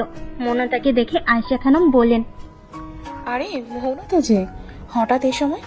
তোর তো সহজে দেখাই পাওয়া যায় না এ বাড়িতে। মৌনতা জোরপূর্বক হেসে পড়ল। এমনি এলাম। উর্মিলা এগিয়ে এসে বলল, কি রে মৌনতা, কেমন আছিস? লেখাপড়া কেমন চলছে? এই তো আলহামদুলিল্লাহ। তা আপনি কবে এলেন আপু? আজ দুপুরে। অপূর্ব ভাই কোথায় আন্টি? আয়েশা খানম রাতের রান্নার জন্য চাল বাড়ছেন। বলেন, নামাজ পড়তে মসজিদে গিয়েছিল, ফিরেছে কিনা তা তো জানি না, ঘরে গিয়ে একটু দেখতো। মৌনতা মাথা নাড়িয়ে অপূর্বের ঘরের দিকে পা বাড়ালো। দরজা ফাঁক দিয়ে উকি ঝুঁকি মারতে লাগলো। ঘরের ভেতরে আলো জ্বলছে, কিন্তু কাউকে দেখা যাচ্ছে না। পেছন থেকে হুট করে কেউ বলে উঠল, ওহে আমার বাচালতা সেন, এই গরিবের আলোয় কি চুরি করতে আসিয়াছ? মৌনতা জিভে কামড় দিয়ে সোজা হয়ে দাঁড়ালো। তারপর ঘরের ভেতরে প্রবেশ করলো। নিজেকে ধাতস্থ করে পেছন ফিরে হাসলো। অপূর্বের উদ্দেশ্যে বলল, সোনা দানা টাকা পয়সা সব চুরি করে নিয়ে যেতে এসেছি। অপূর্ব মুচকি হেসে বিছানায় বসলো। বলল, বললাম তো, এটি গরিবের আলোয়। গরিবের আলোয় এসব দামি জিনিস থাকে না। মৌনতা ভুরু কুঁচকে শুধালো, তাহলে আছেটা কি? এক বাক্স নিখাত ভালোবাসা। বাক্স ছোট নাকি বড়? আমার প্রেয়সীর ইচ্ছের উপরেই সেই বাক্সের আকার নির্ভর করে। বুকের ভেতর এক প্রশান্তি বয়ে গেল মৌনতার। যে কারণে এসেছিল সেটি আর করতে ইচ্ছে হচ্ছে না। অন্যায় বাঁধা নুশের চিকুটি আর অপূর্বার হাতে দেওয়া হলো না মৌনতার। বসা থেকে উঠে দাঁড়ালো মৌনতা। অপূর্বের ঘর থেকে বের হওয়ার জন্য পা বাড়ালো। তৎক্ষণাৎ পেছন থেকে সেই মোহনীয় কণ্ঠ হতে ডাক এলো, মৌনতা। অপূর্ব ডাক শুনে পেছন ফেল মৌনতা। অপূর্ব বলল, এদিকে এসো। মৌনতা এগিয়ে এলো। অপূর্ব বসা থেকে আলমারির কাছে গেল। ভেতর থেকে একটি ছোট বাক্স বের করে মৌনতার সামনে এসে দাঁড়ালো। মৌনতা আগ্রহ ভরা দৃষ্টিতে তাকিয়ে আছে সেদিকে। অপূর্ব বক্সটি খুলে খুব সুন্দর একটি চেন মৌনতার হাতে দিয়ে পড়ল। এটি তোমার জন্য। মৌনতার ঠোঁটে হাসি ফুটে উঠল। চেনটি নাড়াচাড়া করে পড়ল। বাহ, খুব সুন্দর তো, তবে সাদা রঙের হলে আর সুন্দর লাগতো। অপূর্ব ভুরু কুঁচকে পড়ল, সোনা কখনো সাদা রঙের হয় নাকি? মৌনতা অবাক হয়ে শুধালো, এটি সোনার চেইন? তোমার বাবা খাইয়ে খাইয়ে একটি বলদি বড় করছে, যে কিনা সোনা এবং সিটি গোল্ডের মধ্যকার পার্থক্য বোঝে না। অপূর্বের কথাই এবারে রাগ হলো না মৌনতার, বরঞ্চ অবাকের চূড়ান্ত পর্যায়ে পৌঁছে গেল। অপূর্ব বলল, এইভাবে হা করে তাকিয়ে আছো কেন? মুখে মশা ঢুকে যাবে তো। এত দামি একটি চেইন আমায় দিলেন, কিন্তু আপনি তো এখনো। মৌনতা অপূর্ব মৌনতাকে থামিয়ে দিয়ে বলল, কেউ উপহার দিলে কখনো তার দাম নিয়ে ভাবতে হয় না। উপহার সবসময় উপহারই হয়, সেটা ফুল হোক কিংবা গহনা। মৌনতা প্রতিক্রিয়াহীন হয়ে দাঁড়িয়ে আছে। অপূর্ব আবারও বলল, ভাবছো তো আমার এখনো লেখাপড়া শেষ হয়নি, অথচ তোমায় এই উপহার দিলাম কোত্থেকে, টাকা পেলাম কোত্থেকে? মৌনতা উপনিষ মাথা নাড়ল। অপূর্ব হেসে বলল, ছাত্র বলে কি আমি বেকার? জানো আমি কতগুলো টিউশন করাই? 4টে টিউশন করাই। শহরে এক একটা টিউশনির বেতন অনেক, বুঝলে? বাংলাও কেউ প্রাইভেট পড়ে? অপূর্ব হেসে উত্তরে বলল, বাংলা কি কোনো সাবজেক্ট নয় নাকি? বাংলার মধ্যেও অনেক পড়া আছে। এছাড়া আমি তো উচ্চ মাধ্যমিকে বিজ্ঞান বিভাগের ছাত্র ছিলাম, তা তো জানো। এখন বিজ্ঞানের ছাত্রদেরই টিউশন করাই। মনতা অপূর্বের পাশে বসলো, ঘাড় ঘুরিয়ে প্রশ্ন করলো, করবো অপূর্ব ভাই? করো। আপনার স্বপ্ন ছিল বিজ্ঞানী হওয়ার, তাহলে আপনি কেন বাংলা ডিপার্টমেন্ট বেছে নিলেন? অপূর্ব ভাবুক দৃষ্টিতে তাকিয়ে পড়ল। মনে আছে যখন 3 কিংবা 4-এ পড়তে, তখন এইম ইন লাইফ নামক একটি প্যারাগ্রাফ আসতো পরীক্ষায়? আসতো। খাতায় বড় বড় করে লিখতে, my aim in life to become a doctor. টিচাররা যখন দাঁড় করিয়ে জিজ্ঞেস করত বড় হয়ে কি হতে চাও, তখনও উত্তর ছিল আমি বড় হয়ে ডাক্তার হব। ছোটবেলার কথা মনে পড়তেই অধরে হাসি ফুটে উঠল মৌনতার। অপূর্ব বলল, অথচ সায়েন্স থেকে এসএসসি পাশ করার পর যখন A+ পেলে না, সরকারি কলেজে চান্স পাচ্ছিলে না, তখন বিভাগ পরিবর্তন করে আর্টসে নেমে এলে। তো এখন বড় হয়ে কি হতে চাও? স্বপ্ন কি? মৌনতা মিনমিনিয়ে স্বরে উত্তর দিল, শিক্ষক কিংবা ম্যাজিস্ট্রেট, এই দুটোর মধ্যে একটা হতে পারলেই স্বপ্ন পূরণ। সময়ের সাথে সাথে মানুষ বদলায়, মানুষের ইচ্ছে বদলায়, সম্পর্ক বদলায়, বদলায় অবস্থান। আমারও স্বপ্ন বদলেছে, তাই বাংলা ডিপার্টমেন্টে চলে এসেছি। মানুষের ভালোবাসাও কি বদলায় অপূর্ব ভাই? বদলায় তো। আপনারটাও কি বদলে যাবে? আমি যেহেতু একজন সাধারণ মানুষ, সেহেতু বদলাতেই পারে। মৌনতার মুখখানি মলিন হয়ে গেল। অপূর্ব মুচকি হেসে পড়ল, এখনকার ভালোবাসার বদলটা আরো দ্বিগুণ হয়ে যাবে, বুঝলে? মৌনতার মুখে আবার হাসি ফুটে উঠল।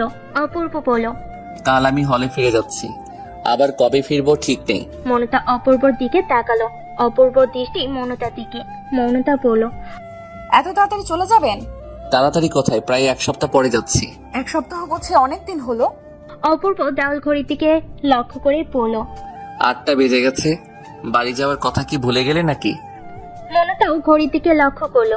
সময় দেখতে জিভে কামড় দিল, বলল, আমার তো খেয়ালই ছিল না, মা খুব বকবে। আমি গেলাম অপূর্ব ভাই। মৌনতা দৌড়ে চলে গেল। অপূর্ব পেছন থেকে পড়ল। সাবধানে যাও, পড়ে যাবে তো। অপূর্বর বাড়ি থেকে বের হতেই চিরকুটটির কথা মনে পড়ল মৌনতার। এই চিরকুট দেওয়ার জন্য তো অপূর্ব বাড়িতে যাওয়া। মৌনতা মুহূর্তে চিরকুটটি ছিঁড়ে কয়েক টুকরো করে ফেলো, তারপর ময়লার ঝুড়িতে ফেলে দিয়ে মুচকি হাসলো। মনে এক প্রশান্তি কাজ করছে। পৃথিবীতে সবাই কি আর সবার প্রিয় এবং ভালোবাসার মানুষকে পাওয়া সম্ভব নয়। এক প্রান্তে কেউ তার প্রিয় মানুষকে পেয়ে গেলে অপর প্রান্তে কাউকে না কাউকে কাঁদতে হয়, প্রিয় মানুষ হারানোর দহনে পড়তে হয়। মৌনতা এই জীবনে প্রিয় সবকিছু হারাতে রাজি থাকলেও অপূর্ব নামক পুরুষটিকে হারাতে চায় না। মলের ঝুড়ির দিকে তাকিয়ে বলল, তোমার এই চিরকুটটি অপূর্ব ভাই পর্যন্ত পৌঁছে দিতে পারলাম না নুসেরা আপু। দোয়া করি তোমার জীবনে নতুন যে মানুষের আগমন ঘটছে তার সঙ্গে তুমি যেন সুখে থাকো। এতটুকু স্বার্থপর তো মানুষকে হতেই হয়। বাড়িতে এসে হাত মুখ ধুয়ে পড়ার টেবিলে বসলো মৌনতা। শাকিল আহমেদ এখনো বাড়িতে পৌঁছায়নি। রাত 9টায় 2 মেয়েকে নিয়ে শ্বশুর বাড়ি এলো উর্মিলার স্বামী হোসাইন। মেয়ে জামাইকে দেখে আয়েশা খানম সোফায় বসতে বলে রান্নাঘরে চলে গেলেন। রাতের খাবার টেবিলে বাড়তে লাগলেন। হোসাইন শাশুড়ির উদ্দেশ্যে বলল, আহা মা, ব্যস্ত হবেন না, আমরা খেয়ে এসেছি। সেখানে মুখ ভার করে বলেন, খেয়ে এসেছে মানে? এটা কিন্তু ঠিক করলে না বাবা।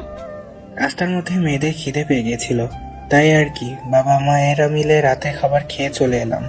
তা ওদের মা কোথায় আম্মু? ঘরে আছে। উর্মিলার 2 মেয়ে সাইরা এবং সাবিয়া, ওরা দুজন দৌড়ে অপূর্বর ঘরে চলে গেল।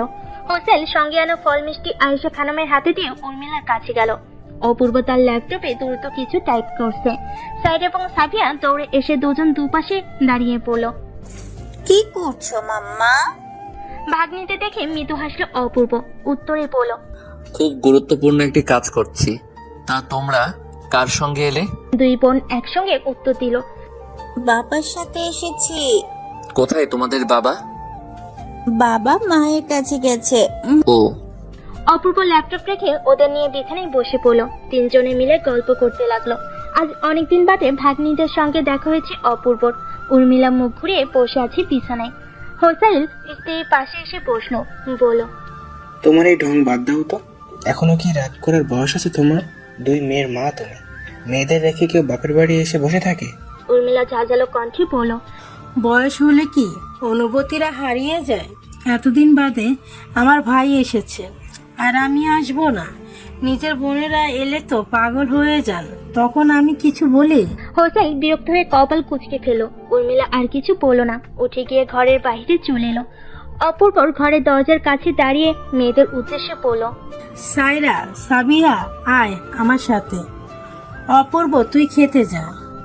সাইডে সাফিয়া মায়ের সঙ্গে চলে গেল আর অপূর্ব গেল খাবার টেবিলে। দাউদ ইসলাম খেতে বসে পড়েছেন। অপূর্ব বসতেই আয়েশা খানম ছেলের খাবার সহ প্লেট এগিয়ে দিলেন। অপূর্ব খেতে লাগলো। আয়েশা খানম ছেলের উদ্দেশ্যে প্রশ্ন করলেন, আর কদিন থেকে গেলে হতো না? অপূর্ব খাওয়া থামিয়ে জবাব দিল, একেবারে তোমাদের কাছে থাকার জন্যই তো এখন দূরে থাকছি মা, ভালো করে লেখাপড়া করছি। আয়েশা খানম দীর্ঘশ্বাস ফেলেন। দাউদ ইসলাম জিজ্ঞেস করলেন, কাল কখন রওনা দিবি? সকাল 8টা, 8:30টার মধ্যেই বের হব বাবা। তাহলে তো খুব সকালে উঠতে হবে, খেয়ে গিয়ে ঘুমিয়ে পড়বি, আজ আর পড়তে বসতে হবে না। অপূর্ব মাথা নাড়িয়ে খেতে লাগলো। হোসেন আজ রাতটি এখানেই থেকে গেল। ভোরের আলো ফুটতেই পুরো বাড়ি জুড়ে রাজিয়া সুলতানের চিৎকার শুরু হয়ে গেছে। মনতা এখনো বিছানায় শুয়ে আছে। রাজিয়া সুলতানা অনেকক্ষণ ডাকাডাকি করেও মেয়ের ঘুম ভাঙাতে না পেরে ফ্যানের সুইচ বন্ধ করে চলে গেলেন। তীব্র গরমে বেশিক্ষণ আর শুয়ে থাকতে পারলো না মৌনতা। এতক্ষণে ঘেমে নিয়ে একাকার হয়ে গেছে। শোয়া থেকে উঠে ব্রাশ হাতে সোজা রান্না করে চলে এলো মৌনতা। মায়ের উদ্দেশ্যে বলল, এই গরমের মধ্যে সকাল সকাল ফ্যান বন্ধ করে দেওয়ার কি তোমার উচিত হয়েছে মা? রাজিয়া সুলতানা সকালে নাস্তা তৈরি করছেন। রাগ মিশ্রিত কণ্ঠে বলেন, সোজা আঙ্গুলে ঘি না উঠলে আঙ্গুল বাঁকা করতে হয়, শুনিসনি? এতক্ষণ ভালো করে ডাকলাম, শুনলি না? যেই ফ্যান বন্ধ করলাম সুরসুর করে উঠে গেলি। তাড়াতাড়ি মুখ ধুয়ে পড়ার টেবিলে গিয়ে বস। পড়ার শব্দ যেন রান্নাঘর থেকে শুনতে পাই। মলিন মুখে বাথরুমে চলে গেল মৌনতা। ফ্রেশ হয়ে এসে পরের টেবিলের কাছে আসতেই ভুরু জোড়া কুঁচকে গেল। চেয়ারে বসে ঘুমিয়ে ঢুলছে নির্ঝর। নির্ঝরের মাথায় টোকা দিয়ে মৌনতা বসলো। নির্ঝর লাফিয়ে উঠলো। মৌনতা বলল, কিরে, ঝিমাচ্ছিস কেন? নির্ঝর অসহায় কণ্ঠে বলল, জানো আপা, সেই সকালে ঘুম থেকে উঠিয়ে পড়ার টেবিলে বসে রেখেছে মা। রাতে মনে হয় ঠিক মতো পড়িসনি। পড়েছি তো, তাও মা বসে রেখেছে। সমস্যা নেই, বেশি বেশি পড়। বড় হয়ে ডাক্তার ইঞ্জিনিয়ার হতে হবে তো। নির্ঝর পড়তে লাগলো। রান্নাঘর থেকে রাজিয়া সুলতানার আওয়াজ এলো, মৌনতা, তোর পড়ার শব্দ পাচ্ছি না কেন? পড়ছি তো মা। বলে জোরে জোরে পড়া শুরু করলো মৌনতা। পরের মাঝখানে নির্ঝর সাবধানতা অবলম্বন করে ফিসফিসিয়ে পড়ল, আপা জানো, অপূর্ব ভাই না সকালে চলে গেছে। কোথায় গেছে? কলেজে চলে গেছে। কলেজ না বোকা, ওইটা ভার্সিটি। তা কখন গেল? 8টা বাজে বের হতে দেখেছি। যাওয়ার আগে ভাই আমায় দুটো বড় বড় ক্যাডবেরি দিয়েছে। নির্ঝর টেবিলের ডয়ার থেকে ক্যাডবেরি বের করে মৌনতাকে দেখালো। হেসে বলল, কিন্তু তোমাকে কিছু দেয়নি আপা? মৌনতা প্রত্যুত্তরে হাসলো। অপূর্ব তো তাকে গতকালই একটি দামি উপহার দিয়ে গেছে। 2 দিন অতিবাহিত হয়েছে। অপূর্ব তার বর্তমান ঠিকানায় পৌঁছেছে 2 দিন আগে। ক্লাস শেষ হলে হলের দিকে হাঁটা ধরল অপূর্ব। হুট করে পথ আটকে দাঁড়ালো কয়েকটি ছেলে। অপূর্ব পুরোজোড়া কুঁচকে গেল। ছেলেগুলোর মধ্যে একজন রাগান্বিত স্বরে পড়ল, খুব রাজনীতি করা হচ্ছে তাই না? বড় ভাইদের সম্মান দিতে ভুলে গেছিস? অপূর্বের মুখটি শক্ত হয়ে গেছে, কপালের রগ ভাসমান। তাদের উদ্দেশ্যে বলল, আমি কখনো রাজনীতির সঙ্গে জড়িত ছিলাম না, আর ভবিষ্যতেও রাজনীতির সঙ্গে জড়াবো না। একটি ছেলে তাদের মধ্যকার একজনের উদ্দেশ্যে বলল, শুনেছি তো আত্মহত্যা করেছে। রনি নামক ছেলেটি অপূর্বের উদ্দেশ্যে বলল, গলা তুলে আমাদের সঙ্গে কথা বলার সাহস আছে কোথেকে? আমরা তোর সঙ্গে লাগলে কিন্তু তুই এখানে টিকতে পারবি না। বাক্স পটলা নিয়ে বাড়ি ফিরে যেতে হবে। অপূর্ব বলল, আমার জানা মতে এটি একটি পাবলিক ইউনিভার্সিটি। এখানে আসার জন্য আমাকে সর্বপ্রথম নিজেকে প্রমাণ করতে হয়েছে, পরীক্ষা দিতে হয়েছে, আর আমি তাতে সফলও হয়েছি। তারপরে এখানে লেখাপড়া করার সুযোগ পেয়েছি। তাহলে আপনারা আমায় তাড়ানোর কে? রনিদের দলের আরেকজন পলাশ বলে উঠল, দেখেছিস শনি, মুখে মুখে তর্ক করছে ছেলেটা। দেখো অপূর্ব, আমি ভালো করে তোমার সঙ্গে কথা বলছি। ওইসব আজে বাজে লেখালেখি বন্ধ করে জীবনটা উপভোগ করো, লেখাপড়ায় মন দাও। তোমার যদি কিছু হয়ে যায় তাহলে তোমার বাবা মাকে দেখবে কি বলো? অপূর্ব উত্তর দিল না। তাদের পাশ কাটিয়ে চলে গেল। মায়ের হাতে বিয়ের কার্ড দেখে ভুরু কুঁচকে নিল মমতা। আগ্রহ নিয়ে প্রশ্ন করলো, এটা কার বিয়ের কার্ড মা? কে দিয়ে গেছে? রাজিয়া সুলতানা মেয়ের হাতে কার্ড দিয়ে উত্তরে বলেন, দেখে দে। মনতা সবে কলেজ থেকে বাড়ি ফিরেছে। কলেজের ইউনিফর্ম পরেই সোফায় বসে কার্ড খুলে দেখতে লাগলো। পাত্রের নামটি পড়তেই মনতার ঠোঁটে হাসি ফুটে উঠল। এটি নুসরার বিয়ের কার্ড। রাজিয়া সুলতানা খুন্তি হাতে আবার ড্রয়িং রুমে উপস্থিত হলেন। মেয়ের উদ্দেশ্যে তীক্ষ্ণ কণ্ঠে বলেন, কলেজ থেকে সেই কখন ফিরেছিস, অথচ এখনো পোশাক বদলাসনি কেন? মনতা মায়ের প্রশ্নের উত্তর না দিয়ে উল্টো নিজের প্রশ্ন করলো, এটা তো নুসরা আপুর বিয়ের কার্ড। তার মানে কাল আপুর বিয়ে। বিয়েতে যাবে না মা? বাড়িতে এসে দাওয়াত দিয়ে গেছে, না গেলে কি হয়? তাও ঠিক। এবার তুই পোশাক বদলে হাত মুখ ধুয়ে নে। কার্ডটি সোফায় রেখে ঘরে চলে গেল মৌনতা। উর্মিলা এবং হোসেন মেয়েদের নিয়ে এখনো দাউদ ইসলামের বাড়িতে আছে। দুপুরে একসঙ্গে খেতে বসেছে সবাই। হোসেন ইশারে স্ত্রীর উদ্দেশ্যে কিছু বলছে।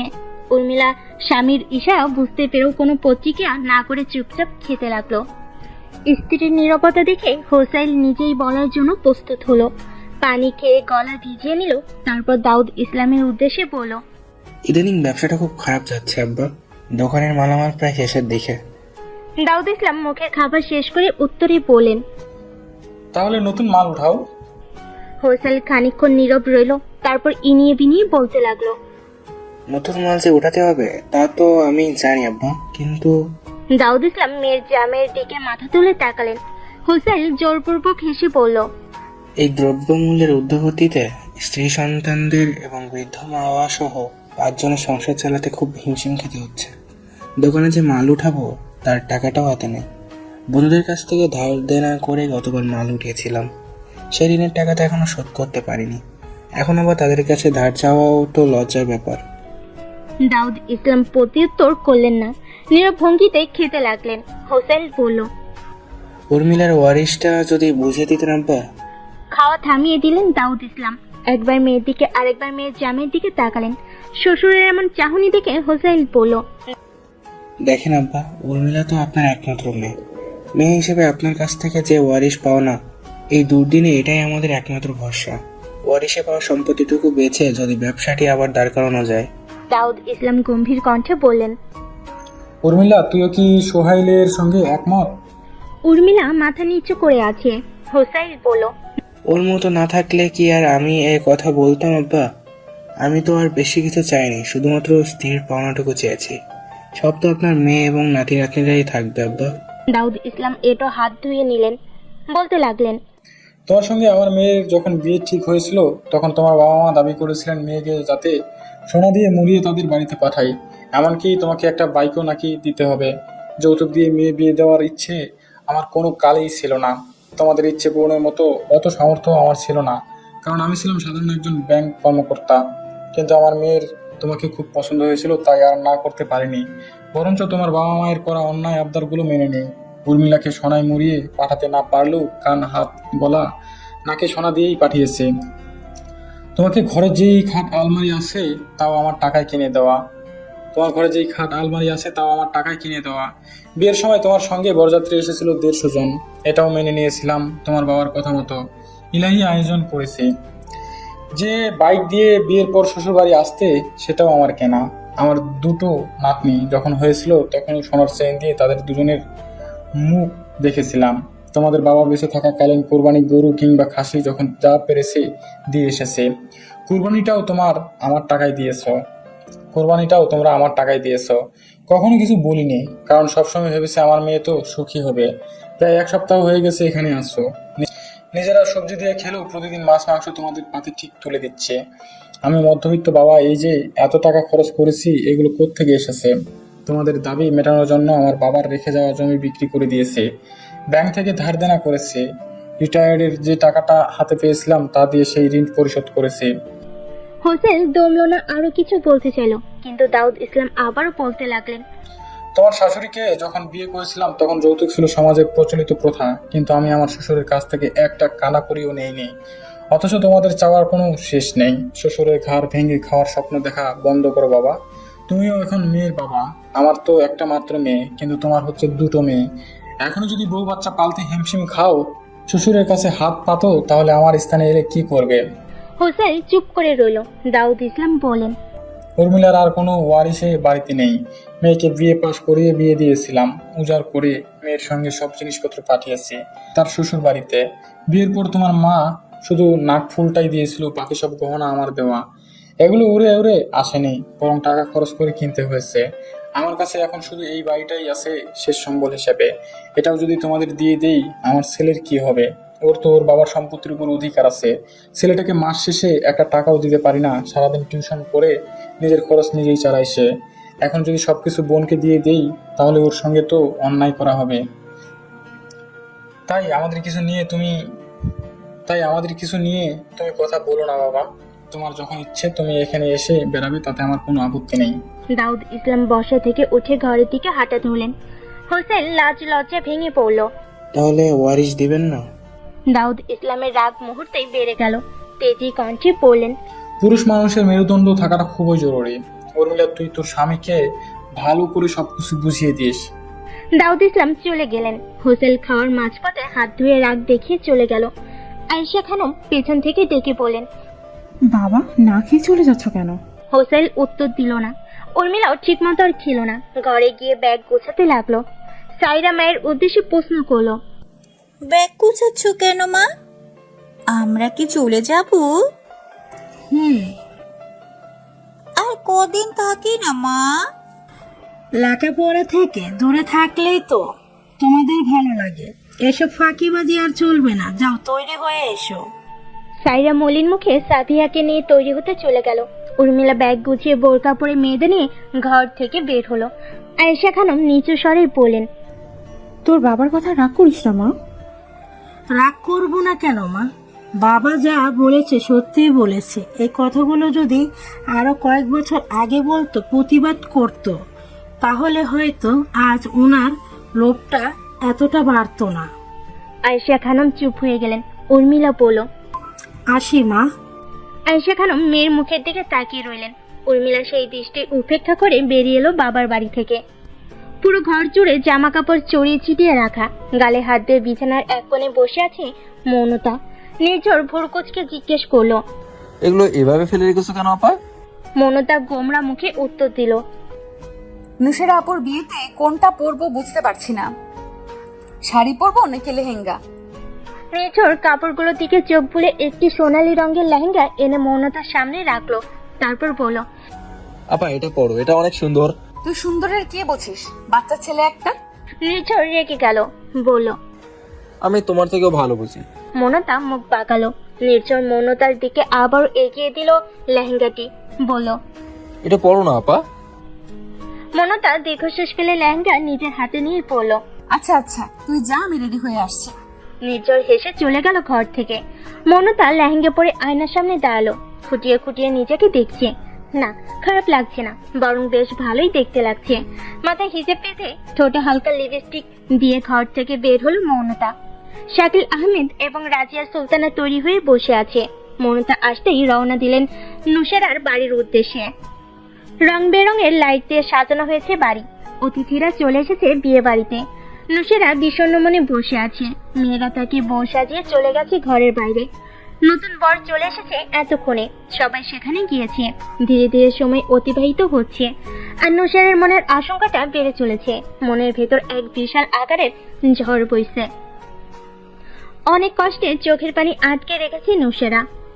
অতঃপর সেই কাঙ্ক্ষিত সময় এলো। কাজে চলে এসেছে। নুসেরাকে নিয়ে তার বড় ভাইয়ের বউ আদিবা বরের পাশের আসনে বসালো। কাজে বিয়ে পড়ানো শুরু করে দিয়েছে। কিন্তু সেদিকে নুসেরার ধ্যান মন কিছুই নেই। মৌনতারা পৌঁছে গেছে খানিকক্ষণ আগেই। দুই বাড়ি দূর তো 8-10 মিনিট হবে। কিছুটা দূরে দাঁড়িয়ে নুসেরার দিকে তাকিয়ে আছে মৌনতা। বর এতক্ষণে কবুল বলে দিয়েছে। কাজী সাহেব এবার নুসেরাকে কবুল বলতে বলো, কিন্তু নুসেরার কান পর্যন্ত যেন কথাটি পৌঁছাচ্ছে না। নুসেরার বাবা গম্ভীর কণ্ঠে মেয়ের উদ্দেশ্যে বলেন, কি হলো, কবুল বল। বাবার কথাটি কর্ণ করে পৌঁছাতেই আটকে উঠল নুসেরা। শুকনো ঢোক গিলে পরপর 3 বার কবুল বলে দিল। কোণে কবুল বলতেই সবাই আলহামদুলিল্লাহ বলে উঠল। বিয়ের কাজ সম্পূর্ণ হতেই মৌনতা এগিয়ে গেল নুসেরার কাছে। মৌনতাকে দেখে নুসেরা বিচলিত হয়ে উঠল। ফিসফিস করে কান্না জড়িত কণ্ঠে বলল, মমতা, আমার তো বিয়ে হয়ে গেছে রে, এবার কি হবে? তুই চিঠিটা অপূর্বকে দিয়েছিলি? কি বলেছিল অপূর্ব? সে এলো না কেন? কোথায় সে? মৌনতা ঘাবড়ে গেল, কিছুক্ষণ চুপ করে রইল। মৌনতার চুপ থাকা দেখে নুসেরা আবারও প্রশ্ন করলো। কিরে, উত্তর দিচ্ছিস না কেন? মৌনতা দম নিয়ে শক্ত গলায় পড়ল। অপূর্ব ভাই ঠিক তার পরের দিনই হলে ফিরে গেছে আপু, কিন্তু চিঠিটা ওনার হাত পর্যন্ত পৌঁছায়নি। চমকে গেল নুসেরা, প্রশ্নবিদ্ধ দৃষ্টিতে তাকিয়ে আছে মৌনতার দিকে। মৌনতা নিজের দিকে তাকিয়ে পড়ল। আমি অপূর্ব ভাইকে চিঠিটা দিতে গিয়েও দিতে পারিনি আপু, পারলে আমায় মাফ করে দিও। আমি যে অপূর্ব ভাইকে খুব ভালোবাসি আপু, নিজের ভালোবাসার মানুষকে অন্যের হতে দেই কি করে, তাই চিঠিটা আমি দেইনি ওনাকে। একটু থেমে মৌনতা পড়ল। অতীত ভুলে যাও আপু, নতুন জীবন নিয়ে ভাবো। দোয়া করে খুব সুখী হবে তুমি। মৌনতার কথাগুলো বিশ্বাস করতে কষ্ট হচ্ছে নুসেরার। অবাক নয়নে তাকিয়ে আছে মৌনতার পানে। মৌনতা সেই দৃষ্টির দিকে তাকানোর মতো সৎ সাহস পেল না। দৃষ্টি নত করে নুসেরার সামনে থেকে চলে এলো। সন্ধ্যার আগেই বাড়ি ফিরে এসেছে মৌনতা। বিদায়ের সময় নুসেরা অনেক কেঁদেছে। কাঙ্ক্ষিত ব্যক্তির নিকট অব্যক্ত অনুভূতিগুলো চোখের পানি দ্বারা জড়িয়ে দিয়ে ছুটে চলেছে তার নতুন ঠিকানায়। অথচ কেউ একজন জানলই না তাকে একটি মেয়ে ভালোবেসেছে, নিজের জীবনে খুব করে চেয়েছে। অতঃপর সেই মেয়েটি তার অনুভূতি এবং ভালোবাসাগুলো সেই ব্যক্তির নিকট পৌঁছে দিতে ব্যর্থ হয়েছে। নতুন এক সম্পর্কে আবদ্ধ হয়ে অপরিচিত একজনের সঙ্গে মেঘের ভেলার মতো ছুটে চলেছে অচেনা জায়গায়। এই ধুলোবালির মধ্যে এসব কি খাচ্ছ? পেট খারাপ হবে তো। সবেমাত্র একটি বড় সাইজের বেলপুরি মুখে ঢুকিয়েছে মৌনতা। পরিচিত কণ্ঠস্বর শুনে পিছু ফিরতেই চেনা মুখটি দেখতে পেল। মুখের খাবার দ্রুত শেষ করে দোকানিকে টাকা দিয়ে এগিয়ে গেল। চমকায়িত কণ্ঠে পড়ল, অপূর্ব ভাই। অপূর্ব ভুরু কুঁচকে নিয়ে বলল, এসব অস্বাস্থ্যকর খাবার খেয়েই যে দুদিন পর পর অসুস্থ হয়ে যাও, তা কি তোমার মা জানে? আমি কি রোজ রোজ এইসব খাই নাকি অপূর্ব ভাই? অপূর্ব প্রসঙ্গ বদলে জিজ্ঞেস করলো, কলেজ ছুটি? কলেজ তো সেই কখন ছুটি হয়েছে, এমনকি আমার কোচিংও শেষ। ও, তাহলে যাওয়া যাক। মৌনতা মাথা নাড়িয়ে বান্ধবীদের থেকে বিদায় নিয়ে অপূর্বের সঙ্গে হাঁটা ধরলো। হাঁটতে হাঁটতে অনেকটা পথ অতিক্রম করেছে তারা। মৌনতা প্রশ্ন করলো, কখন এলেন অপূর্ব ভাই? এই তো এক্ষুনি। এক্ষুনি মানে বাড়িতে যাননি? না, ক্লাস শেষে সোজা এখানে চলে এসেছি। ও। আর কথা হলো না দুজনের মধ্যে। শুরু হলো নীরবতা। নীরবতা ভেঙে অপূর্ব প্রশ্ন করলো, নসেরার দেওয়া চিঠিটা আমায় দিলে না কেন? কোথায় সেই চিঠিটা? আজকে উঠলো মৌনতা। প্রতিমধ্যে হাঁটা থেমে গেল তার। অপূর্ব দৃষ্টি মৌনতার দিকে। মৌনতার নীরবতা দেখে অপূর্ব বলল, কি হলো, উত্তর দিচ্ছ না কেন? মৌনতা নিচু স্বরে শুধালো, চিঠি সম্বন্ধে আপনি জানলেন কিভাবে অপূর্ব ভাই? নসেরা বেশ কয়েকবার মেসেজ দিয়েছিল আমায়, কিন্তু কিছু ঝামেলার কারণে মেসেজগুলো চোখে পড়েনি। গতকাল রাতে ইনবক্সে ঢুকতেই মেসেজগুলো দেখলাম। মৌনতা পুনরায় নীরব রইল। অপূর্ব বলল, গতকাল বিয়ে হয়ে গেছে নসেরার, তাই না? চিঠিটা আমায় দিলে না কেন? মৌনতা অপূর্ব চোখের দিকে দৃষ্টি স্থির রেখে বলল, দিলে কি হতো অপূর্ব ভাই? আপনি কি নিশিরা আপুর ডাকে সাড়া দিতেন, বিয়েটা ভেঙে দিতেন? অপূর্ব মুচকি হাসলো, বলল, রিকশায় করে শহর ঘুরবে আজ? মৌনতা ডানে মাথা হেলিয়ে পড়ল। অপূর্ব হাতের ইশারায় রিক্সা থামিয়ে মৌনতাকে নিয়ে উঠে গেল তাতে। রিক্সা চলতে লাগলো। অপূর্ব দৃষ্টি চলন্ত রাস্তায়। মৌনতার উদ্দেশ্যে বলল, আমরা আমাদের জীবনে কত মানুষকেই ভালোবাসি, কত মানুষকেই নিজের করে চাই, তাই বলে কি সবাইকে পাওয়া সম্ভব হয়ে ওঠে? মৌনতা দুদিকে মাথা নাড়িয়ে না বোঝালো। অপূর্ব বলল, প্রতিটি মানুষের অনুভূতি ভিন্ন, ভালোবাসা, ভালো লাগা এবং এগুলো প্রকাশ করার ধরনও ভিন্ন। সেক্ষেত্রে নসেরা হচ্ছে আমার ভালো একজন বন্ধু। বন্ধু হিসেবেই তার প্রতি আমার ভালোবাসা, ভালো লাগা ছিল। মৌনতাও বুঝতে পারল না অপূর্ব কেন এসব বলছে। তবুও মনোযোগ সহকারে অপূর্বর কথা শুনছে সে। অপূর্ব এবার কঠিন গলায় পড়ল, তোমার উচিত ছিল চিঠিটা আমি পর্যন্ত পৌঁছে দেওয়া। একটি চিঠি নিশ্চয়ই কারো অনুভূতি, ভালোবাসার পরিবর্তন করতে পারে না। আমার প্রতি এত ঠুনকো বিশ্বাস তোমার মনে? মৌনতা মাথা নিচু করে নিল, মিনমিনিয়ে বলতে লাগলো, আসলে অপূর্ব ভাই আমি। কথার মধ্যে মৌনতাকে থামিয়ে দিয়ে অপূর্ব বলল, চিঠিটা যদি আমার হাতে আসতো তাহলে আমি হয়তো নসেরাকে বুঝিয়ে বলতে পারতাম, কিন্তু এখন তো আর সেই সুযোগটা নেই। বরঞ্চ মেয়েটি সারা জীবন একটি আক্ষেপ মনে নিয়ে ঘুরে বেড়াবে। সে ভাববে তার হৃদয়ের কথা আমি জানতে পারিনি বলেই আজ আমাদের দূরত্ব তৈরি হয়েছে। ভাববে তোমার কারণেই আমাদের আলাদা হতে হয়েছে। পারবে এই দায় এড়াতে? চোখ জোড়া ভিজে উঠল মৌনতার। অপূর্ব দম ছেড়ে খানিকটা সময় নিল। রিক্সাওয়ালার ভাড়া মিটিয়ে মৌনতাকে নিয়ে নেমে গেল। বলল, আচ্ছা বাড়িতে যাও তাহলে, আমারও ট্রেন আসার সময় হয়ে গেছে। মৌনতা কান্না জড়িত কণ্ঠে বলল, চলে যাবেন অপূর্ব ভাই? অপূর্বর কপালে কয়েকটি ভাঁজ পড়ল। গম্ভীর কণ্ঠে বলল, চোখে পানি কেন? এটা কি আমাদের শেষ দেখা নাকি যে কাঁদছো? এখনো সন্ধ্যা হতে তো ঘন্টাখানিক দেরি অপূর্ব ভাই, আর কিছুক্ষণ থেকে গেলে হতো না? শেষের কথাটুকু একটু টেনেই বলল মৌনতা। অপূর্ব স্বভাব সুলভ মুচকি হাসলো, বলল, বুঝেছি, তুমি আমার ট্রেন মিস করাবে। একদিন ট্রেন মিস করলে কি খুব ক্ষতি? ট্রেন মিস করে না হয় আমার হাত ধরুন, তার পরিপ্রেক্ষিতে আমি বলবো তুমি হাতটি শুধু ধরো, আমি হব না আর কারো। অপূর্ব গম্ভীর মুখে উত্তর দিল, আর আমি তার উত্তরে বলবো, তোমাকে ছোঁয়ার নেই তো আমার সাধ্য, দেখতে পাওয়া সেই তো বড় ভাগ্য। কেন সাধ্য নেই অপূর্ব ভাই? কারণ তোমার উপর আমার অধিকার নেই। অধিকার এমনি এমনি আসে না, অর্জন করে নিতে হয়।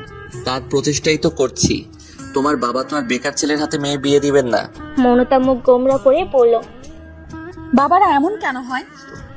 অপূর্ব মৃদু হেসে উত্তর দিল, প্রত্যেক বাবারাই চায় তার মেয়ে যেন রানীর মতন থাকে, কোনো অভাব অনটন দুঃখ কষ্ট যেন তাকে ছুঁতে না পারে। তাই কোনো বাবা বেকার ছেলের সঙ্গে মেয়ে বিয়ে দিতে চায় না। তাদের জায়গায় আমি থাকলে আমিও এটাই চাইতাম। ভালো থাকার জন্য, সুখে থাকার জন্য টাকাটাই কি সব অপূর্ব ভাই? টাকাই সব। মৌনতা ঘোর প্রতিবাদ করে বলল, মোটেও না, টাকাই সব নয়। সুখে থাকার জন্য এই ভালোবাসাই যথেষ্ট। মাছ মাংস ছাড়া ভাত খেতে পারো? মৌনতা বুঝলো না এই প্রশ্ন কোথা থেকে এলো, তবু উত্তর দিল, না। বাজারে মাছ মাংসের দাম কত জানো? মৌনতা দুদিকে মাথা নাড়ল। অপূর্ব বলল, দুদিন না খেয়ে থাকতে পারবে? রাগ করে 3 দিন না খেয়ে থাকার রেকর্ডস আছে। রাগ করে সবাই না খেয়ে থাকতে পারে, কিন্তু যখন রাগ চলে যায় তখন না খেয়ে থাকা সহজ নয়। বেঁচে থাকার জন্য, সুখে থাকার জন্য টাকাটাই সব। অভাব থাকলে ভালোবাসা জানালা দিয়ে পালায়। ডাল ভাত খাওয়ার জন্য টাকা লাগে, পোশাক ক্রয়ের জন্য টাকা লাগে। এই যে আমি তোমার সঙ্গে দেখা করতে এসেছি, এর পেছনেও টাকা লেগেছে। কিভাবে? গাড়ি ভাড়া। হেঁটে হেঁটে তো আর এতটা পথ অতিক্রম করা যায় না, তাই টাকা খরচ করে গাড়ি ভাড়া দিয়ে তারপরেই তো আসতে হয়েছে। ও তাই আবেগ দিয়ে কখনো কিছু ভাববে না। আবেগ দিয়ে প্রেম হয়, কিন্তু ভালোবাসা কিংবা সংসার কখনো হয় না। মৌনতা প্রতিক্রিয়া করলো না। সন্ধ্যা নেমে এসেছে, মাগরিবের আজানের সময় হয়ে গেছে। অপূর্ব বাড়ি পর্যন্ত মৌনতাকে এগিয়ে দিয়ে বলল, বাড়ি যাও, এবার আমি আসি। মৌনতা ফিরতে প্রশ্ন করলো, আঙ্কেল আন্টির সঙ্গে দেখা করে যাবেন না অপূর্ব ভাই? আমার আসার খবর বাবা মা জানে না। এখন বাড়িতে ঢুকলে মা আজ আর যেতে দিবে না। আচ্ছা, বিদায়। বেঁচে থাকলে খুব শীঘ্রই দেখা হবে। মৌনতা থেকে বিদায় নিয়ে চলে গেল অপূর্ব। মৌনতা অপূর্ব যাওয়ার দিকে তাকিয়ে বাড়িতে প্রবেশ করলো। রাজিয়া সুলতানা শক্ত কণ্ঠে মেয়েকে প্রশ্ন করলেন, আসতে দেরি হলো কেন? মৌনতা ভাবতে লাগলো কি উত্তর দিবে। রাজিয়া সুলতানা তাকিয়ে আছেন মেয়ের দিকে। মৌনতা বললেন, ফ্রেন্ডসদের সঙ্গে ছিলাম মা। কলেজের কাছে একটা মেলা বসেছে, ওখানেই গিয়েছিলাম। এখন আবার কিসের মেলা বসেছে? বৃক্ষ মেলা মা। বৃক্ষ মেলা এই দিনে বসে নাকি? তুমি কি আমায় সন্দেহ করছো মা? ঠিক আছে চলো, তোমায় দেখিয়ে আনি। এখন তো সন্ধ্যা হয়ে গেছে, কাল না হয় যাব। মৌনতা চমকে গেল। রাজিয়া সুলতানাকে পাশ কাটিয়ে ঘরের দিকে যেতে যেতে বলল, তুমিও আমায় বিশ্বাস করলে না মা? এই জীবন রেখে কি করব আমি? 3 দিন পার হয়ে গেছে। অচেনা নাম্বার থেকে বিভিন্ন হুমকি ধামকির মেসেজ মোবাইলে ভরে গেছে। বিছানায় লম্বা হয়ে শুয়ে আছে অপূর্ব। মাথার মধ্যে কত শত ভাবনা। সত্য থেকে মিথ্যার জোর এখন বেশি। অন্যের প্রতিবাদ করলে মানুষের সত্যর সংখ্যা বেড়ে যায়, মৃত্যুর সম্মুখে এসে দাঁড়ায়। অথচ যারা অন্যায় করে তারা সমাজের মধ্যে মাথা তুলে সসম্মানে বেঁচে থাকে। অপূর্বর রুমমেট রাব্বি এগিয়ে এলো, বলল, অনেক দলবল তোর উপর অনেক ক্ষেপে আছে। ওরা খুব খারাপ অপূর্ব। যদি তোর কোনো ক্ষতি করে দেয়, বাদ দে না এসব লেখালেখি। বন্ধ চোখ যারা খুলে ফেলে অপূর্ব। রাব্বির কথার পরিপ্রেক্ষিতে কিছু বলল না। পুরোনো কথাগুলো মনে পড়ে গেল। ভার্সিটিতে যখন পা রেখেছিল তখন তার ভেতরে ছিল হাজারো স্বপ্ন। পাবলিক বিশ্ববিদ্যালয় নিয়ে প্রত্যেক শিক্ষার্থীর ভেতরে অনেক স্বপ্ন থাকে। বোর্ড পরীক্ষার পর সবার প্রথম লক্ষ্যই হচ্ছে এই পাবলিক বিশ্ববিদ্যালয়গুলো। অপূর্বরও ঠিক তাই। অপূর্বরও ঠিক তাই ছিল, কিন্তু ওই যে বলে না, বাইরে যা চাকচিক্যময়, ভেতরে তা শুধুই নিকষ কালো অন্ধকারের মতো। র্যাগিং আইনগত অপরাধ হলো লোকচক্ষুর আড়ালে অনেক সিনিয়র আছে যারা জুনিয়রদের ওপর বিভিন্ন অবান্তর কাজ চাপিয়ে দেয়, আর যারা তাদের কথা শুনে না, অনেক আবদার মানতে চায় না, তাদের উপর নেমে আসে নির্মম অত্যাচার। অপূর্ব যেদিন প্রথম ভার্সিটিতে আসে তখন তার কাছে সব ছিল অচেনা। বড় ভাইদের সালাম না দেওয়ার অপরাধে সারাদিন রোদের মধ্যে দাঁড়িয়ে থাকতে হয়েছিল তাকে, পেতে হয়েছিল বেদব উপাধি। এরপর থেকে প্রায় সময়ই সেই সিনিয়ররা হলরুমে আসতো, বিরক্ত করতো তাদের। শেষে বাধ্য হয়েই অপূর্ব এর প্রতিবাদ করে, আর তারপর থেকে তাদের শত্রুতে পরিণত হয়। প্রথম এই রুমটায় অপূর্বরা 5 জন থাকতো। সবার সামনে কান ধরে উঠা বসা করানোই তাদের মধ্যকার একজন তো লজে আত্মহত্যার পথ বেছে নিয়েছে, আর একজন হল পরিত্যাগ করেছে। এই সিনিয়রদের কত অন্যায় আবদার, কত নোংরা নিয়ম, যার বিষয়ে সামাজিক গণমাধ্যমে অনেক লেখালেখিও করেছে অপূর্ব। এমনকি কয়েকজনকে সঙ্গে নিয়ে উপর মহলে অভিযোগ জানিয়েছে। তারপর থেকে ওরা অপূর্বর পেছনে লেগেছে। অপূর্বকে যারা সঙ্গ দিয়েছিল তারাও জীবন ভয়ে সরে দাঁড়িয়েছে প্রতিবাদ করা থেকে, কিন্তু অপূর্ব সরেনি। সে তার স্থানে দৃঢ় প্রত্যয় নিয়ে অনড় রয়েছে। অপূর্বর কাছ থেকে কোনো উত্তর না পেয়ে বিরক্ত হলো রাব্বি। বলো, তুই তোর বাবা মায়ের একমাত্র ছেলে, তোর কিছু হলে তাদের কি হবে বলতো? এই ভয়ে কি মাথা নিচু করে ওই বাজে ছেলেগুলোর পা চাটবো? রাব্বি দীর্ঘশ্বাস পেল। অপূর্ব সিলিং ফ্যানের দিকে তাকিয়ে নরম কণ্ঠে বলল, জানিস, আমার বাবা না সবসময় একটা কথা বলে, যাই করিস না কেন অন্যায়ের কাছে, মিথ্যের কাছে কখনো মাথা নত করবি না। আর আমি আমার বাবার আদর্শে বড় হয়েছি, তাই এদের এই হুমকি ধামকিতে আমার কিচ্ছু যায় আসে না। এছাড়া আমি তো আর আগ বাড়িয়ে তাদের সঙ্গে ঝামেলায় জড়াইনি, বরং ওরা নিজ থেকে এসে ঝামেলা করেছে। বুঝলাম, তোকে বুঝিয়ে কোনো লাভ নেই। রাব্বি তমে গিয়ে নিজের বিছানায় চলে গেল। অপূর্ব আগের মতোই শুয়ে আছে। দাউদ ইসলাম চা খাচ্ছেন। আয়েশা খানম স্বামীর পাশে বসলেন, ইতস্তত করে বলেন, মেয়ে জামাই সেই যে রাগ করে গেল, আর তো মেয়ে এবং নাতিনদের নিয়ে এলো না। তুমি যদি একবার ফোন দিতে। দাউদ ইসলাম চায়ে চুমুক দিয়ে বলেন, এই নিয়ে আর কোনো কথা হবে না। নিজেদের ইচ্ছে হলে আসবে, ইচ্ছে না হলে আসবে না। কাউকে ডেকে নিয়ে আসতে পারবো না। আয়েশা খানম দীর্ঘশ্বাস ফেললেন। খাবার টেবিলে সবাই একসঙ্গে বসে রাতের খাবার খাচ্ছে। খাওয়া শেষে শাকিল আহমেদ বলেন, সকাল সকাল কিন্তু সবাই তৈরি থেকো, 9টার বাসেই কিন্তু রওনা দিব আমরা। মনতা ভুরু কুচকে নিল। নির্ঝর প্রশ্ন করলো, কেন বাবা? তোর বড় চাচার বাড়ি। মনতা প্রশ্ন করলো, কেন বাবা? রাজিয়া সুলতানা উত্তর দিলেন, তোর নাইমা আপুর বিয়ের, তাই কাল ওখানে যাব আমরা। রাত 11:30। দাউদ ইসলাম সবে বিছানায় শুয়েছেন, ঘুমানোর প্রস্তুতি নিচ্ছেন। তৎক্ষণাৎ মোবাইলের রিংটোন বেজে উঠল। স্ত্রীর উদ্দেশ্যে বললেন, মোবাইলটা এদিকে দাও তো। আয়েশা খানম মোবাইল এগিয়ে দিলেন স্বামীর দিকে। চেনা নাম্বার থেকে খুশি হলেন দাউদ ইসলাম। ফোন রিসিভ করতেই অপর পাশ থেকে ভেসে এলো, কেমন আছো বাবা? আলহামদুলিল্লাহ ভালো, তুই কেমন আছিস? আলহামদুলিল্লাহ। ওয়াইফাই অন করবে বাবা, তোমাদের খুব দেখতে ইচ্ছে করছে। আচ্ছা করছি। ফোন রিসিভ করতেই অপর পাশ থেকে ভেসে এলো। কল কেটে গেল। কয়েক সেকেন্ড পরে ভিডিও কল এলো। দাউদ ইসলাম এবং আয়েশা খানম মোবাইলের দিকে মুখ করে পাশাপাশি বসলেন। অপূর্ব পলকহীন চোখে তাকিয়ে আছে বাবা মায়ের দিকে। আয়েশা খানম ছেলেকে প্রশ্ন করলেন, রাতে খাবার খেয়েছিস? মা। তাহলে তোর মুখ এমন শুকনো শুকনো লাগছে কেন? কিছু কি হয়েছে? না মা, কিছু হয়নি। দাউদ ইসলাম বলেন, আজ হঠাৎ এত রাতে বাবা মাকে দেখতে ইচ্ছে হলো, ব্যাপার কি? অপূর্ব শুকনো মুখে হেসে পড়ল, তোমাদের দেখার খুব ইচ্ছে হলো তাই ফোন করেছি। আমার না কেমন যেন লাগছে বাবা, মনে হচ্ছে এটাই যেন তোমাদের সঙ্গে শেষ দেখা। আয়েশা খানম ধমক দিয়ে বলল, এই আবার কেমন ধরনের কথা অপূর্ব? অপূর্ব পুনরায় হাসলো।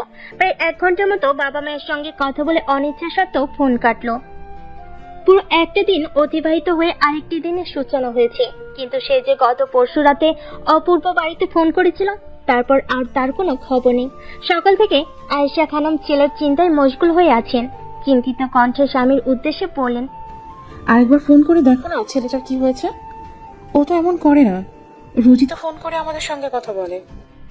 দাউদ ইসলাম স্ত্রীর কথার উত্তরে বললেন, গতকাল থেকে তো চেষ্টা করে যাচ্ছি, কিন্তু নাম্বার বারবার বন্ধ বলছে। ওর কোনো বন্ধুকে ফোন করে দেখো না, যদি কোনো খবর পাও।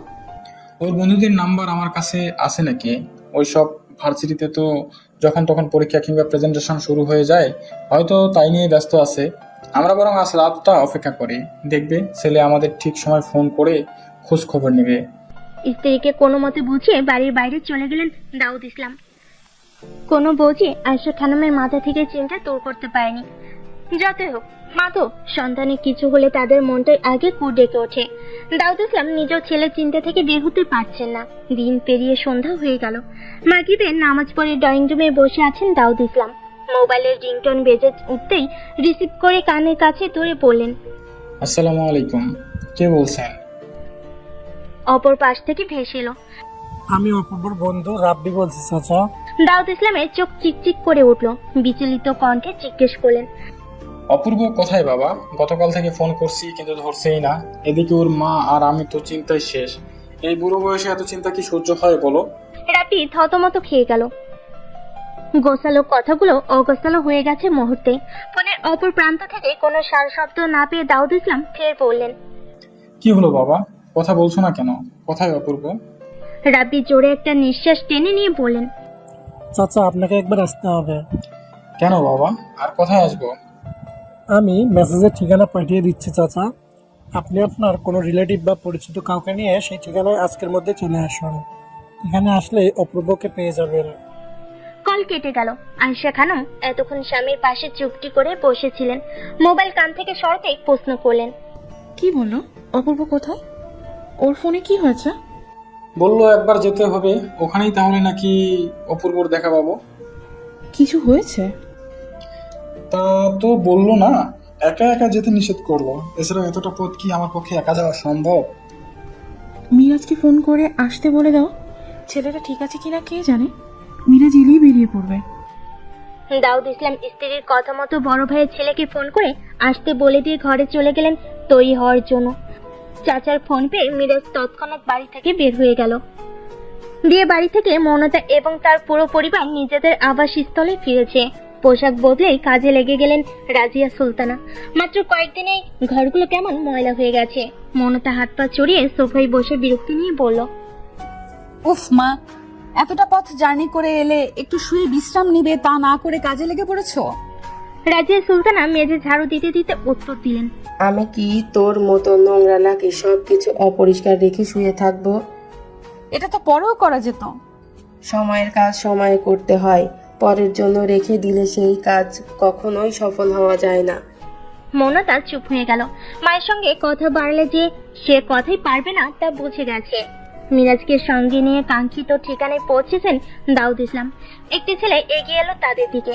দাউদ ইসলামের দিকে তাকিয়ে সালাম দিয়ে বলল, আমি ফোন করেছিলাম আঙ্কেল। তা অপূর্ব কোথায় বাবা? এবার তো নিয়ে চলো ওর কাছে। রাতে মুখখানি মলিন হয়ে গেল, বলল, জি আঙ্কেল চলুন। মর্গে কয়েকজন মিলে একটা লাশকে ঘিরে দাঁড়িয়ে আছে। মুখে তাদের আতঙ্ক বিরাজ করছে। দাউদ ইসলাম এবং মিরাজকে নিয়ে সেখানে উপস্থিত হলো রাব্বি। কপালে কয়েকটি ভাঁজ পড়ল দাউদ ইসলামের। প্রশ্ন করলেন, এখানে কেন নিয়ে এলে? এটা তো মর্গ, এখানে তো মৃত মানুষ থাকে। চোখ দুটো লাল হয়ে গেছে রাব্বির। মনে হচ্ছে এই যেন বর্ষণ হবে। নীরব ভঙ্গিতে এগিয়ে গেল সেই মৃত দেহের দিকে। মুখের ওপর থেকে কাপড়ের কাপড় সরিয়ে দিয়ে দৃষ্টি সরিয়ে নিল। পরিচিত মুখটি দেখে অন্তরাত্মা কেঁপে উঠল দাউদ ইসলামের। পৃথিবীর সবচেয়ে নিকৃষ্ট দৃশ্যপট হচ্ছে জীবিত পিতার দৃষ্টির সম্মুখে সন্তানের লাশ। ছোট ছোট কদম ফেলে এগিয়ে গেল দাউদ ইসলাম। অক্ষিদয় ভিজে গেছে ওনার। শিশুসুলভ কণ্ঠে বললেন, অপূর্ব বাপ, আমার এই অসময়ে এভাবে এখানে শুয়ে আছিস কেন? এই দেখ তোর বাবা এসেছে, চোখ খোল এবার। নিস্তেজ প্রাণহীন দেহ পড়ে আছে বেডে, নেই কোনো সারা শব্দ। দাউদ ইসলাম হাউমাউ করে কেঁদে দিলেন। কাঁদতে কাঁদতে চিৎকার করে বললেন, কি হয়েছে আমার ছেলের? ও কথা বলছে না কেন? কেন আমার কথা শুনছে না? আমার ছেলে তো কখনোই আমার অবাধ্য ছিল না। ওঠ না অপূর্ব, ওদিক তোর মা যে তোর জন্য অপেক্ষা করছে। মিরাজ দাউদ ইসলামের বাহু ধরে ওনাকে সামলানোর চেষ্টা করতে লাগলো, কিন্তু পুত্রের এমন অবস্থা দেখে কিছুতেই স্বাভাবিক হতে পারছেন না দাউদ ইসলাম। ওনার প্রেশার বেড়ে গেছে। উপস্থিত একজন ডাক্তার থেমে থেমে বলেন, অপূর্ব হয় বেঁচে নেই, উনি গতকাল রাতেই আত্মহত্যা করেছেন। কথাটি মুহূর্তের মধ্যেই দাউদ ইসলামের মস্তিষ্কে আঘাত করে। ওনার দেহখানা ভারসাম্য হারিয়ে লুটিয়ে পড়ে মিরাজের উপর। মিরাজ 2 হাত দিয়ে দাউদ ইসলামকে ধরে আশেপাশে তাকিয়ে বলে ওঠে, জ্ঞান হারিয়েছে, দয়া করে কেউ আমায় সাহায্য করুন। রাপি এবং আরো 2 জন ছেলে মিলে দাউদ ইসলামকে ধরাধরি করে অন্য কেবিনে নিয়ে গেল। ডাক্তাররাও ওনাকে চেক আপ করতে লাগলো। মিরাজ সেখান থেকে প্রস্থান করলো। রাপির উদ্দেশ্যে বলল, আত্মহত্যা করার মতো ছেলে তো অপূর্ব নয়, সত্যি করে বলেন কি হয়েছিল? মাথা নিচু করে আছে রাপি। রাপির থেকে কোনো উত্তর না পেয়ে বাকিদের জিজ্ঞেস করলো মিরাজ, কিন্তু কারোর কাছ থেকে কোনো উত্তর পাওয়া যায়নি। রাত 1:30টা। অ্যাম্বুলেন্স ঝংকার তুলে বাড়ির সামনে এসে দাঁড়িয়েছে। এমন বিদঘুটের শব্দে আশেপাশের বিল্ডিং এর মানুষের ঘুম ভেঙে গেছে। কেউ কেউ জানালা দিয়ে উকি দিয়ে ঘটনা বোঝার চেষ্টা করছে, আবার কেউ বা নিচে নেমে চলে এসেছে। আয়েশা খানম দরজা খুলে বাহিরে এলেন। চমকায়িত দৃষ্টিতে তাকিয়ে আছেন সেখানে। অ্যাম্বুলেন্স থেকে প্রথমে একটি স্ট্রেচারে করে দাউদ ইসলামকে নামানো হলো। আয়েশা খানম বিচলিত কণ্ঠে বললেন, ওর কি হয়েছে? এভাবে শুয়ে আছে কেন? মিরাজ নিচু স্বরে বলল, চাচা অসুস্থ হয়ে গেছেন, প্রেশার বেড়ে গেছে, ওনাদের ঘরটা দেখিয়ে দিন চাচি। আয়েশা খানম ওনাদের ঘর দেখিয়ে দিয়ে পেছন পেছন যেতে লাগলেন। দাউদ ইসলামকে বিছানায় শুয়ে দিয়ে চলে এলো ওয়ার্ড বয়রা। পরপর আরেকটি স্ট্রেচারে করে নামানো হলো অপূর্বর প্রাণহীন দেহ। বসার ঘরে রাখা হলো সেই স্ট্রেচার। স্বামী শিওরে বসে সরষে তেল দিয়ে হাত মালিশ করে দিচ্ছেন আয়েশা খানম। উর্মিলা এবং হোসেনও পৌঁছে গেছে এখানে। মেয়েদের রেখে হোসেন এসেছে বৃদ্ধ শাশুড়ির নিকট। মেয়ে এবং মেয়ে জামাইকে দেখে সৌজন্য হাসলেন আয়েশা খানম। বলেন, এত রাতে তোরা নিশ্চয়ই বাবার অসুস্থতার কথা শুনেই চলে এসেছিস। চিন্তা করিস না, তোদের বাবা এখন অনেকটাই সুস্থ, এখন শুধু জ্ঞান ফেরার পালা। কেঁদে দিল উর্মিলা। আয়েশা খানম শুধালেন, হ্যাঁ, কাঁদছিস কেন? বললাম তো গুরুতর কিছু হয়নি। কান্না জড়িত কণ্ঠে উর্মিলা মায়ের উদ্দেশ্যে বলল, মা বাহিরে চলো। কেন? অপূর্বকে দেখবে না? অপূর্ব খেয়েছে? উর্মিলার চোখ বেয়ে পানি পড়ছে। আয়েশা খানম রাগান্বিত স্বরে বললেন, কোথায় অপূর্ব? বাইরে কি করছে? এদিকে বাবা অসুস্থ হয়ে বিছানায় শুয়ে আছে, মা চিন্তা করছে, আর সে কিনা বাইরে বসে আছে। ডেকে আনোকে। ও যে আসতে পারবে না মা, তোমাকে যেতে হবে। আমায় যেতে হবে? এসব বাচ্চামা বাদ দিতে বল ওকে। দেখছিস তো তোদের বাবা অসুস্থ, এখন আমি এখান থেকে উঠে কি করে যাই? সাইরার বাবা না হয় বাবার কাছে থাকবে, তুমি চলো না মা অপূর্বর কাছে। আয়েশা খানম বিরক্ত হলেন। দীর্ঘশ্বাস ফেলে বসা থেকে উঠে দাঁড়িয়ে মেয়ের সঙ্গে চললেন বসার ঘরে। বেশ কয়েকজন লোক জড়ো হয়েছে বাড়িতে। অনেকক্ষণ আগেই মিরাজ বাড়িতে ফোন করে জানিয়ে দিয়েছে, আত্মীয় স্বজনেরা আসা শুরু করে দিয়েছে। বসার ঘরে আসতেই আয়েশা খানমের পা জোড়া থেমে গেল। উর্মিলা নিজের কান্না আর চেপে রাখতে পারল না, হামা করে কাঁদছে সে। আয়েশা খানম শুকনো ঢোক গিলে বললেন, কে শুয়ে আছে ওখানে? তোরা কাঁদছিস কেন? কি রে, বল না কে ওখানে? একজন লোক গিয়ে মুখ থেকে সাদা কাফনের কাপড় সরিয়ে দিলেন। সঙ্গে সঙ্গে মেঝেতে ঢপ করে পড়লেন আয়েশা খানম। ছেলের গালে হাত রেখে বলেন, অপূর্ব, এই অপূর্ব, অপূর্ব এভাবে শুয়ে আছে কেন বাবা? উর্মিলা মায়ের পাশে বসে পড়ল, কাঁদতে কাঁদতে বলল, অপূর্ব আর নেই মা, ও চলে গেছে আমাদের ছেড়ে। রেগে গেলেন আয়েশা খানম। হিংস্র দৃষ্টিতে মেয়ের দিকে তাকিয়ে বলেন, কি সব বাজে বাজে কথা বলছিস তুই? অপূর্ব নেই মানে? এই তো আমার ছেলে আমার সামনে শুয়ে আছে।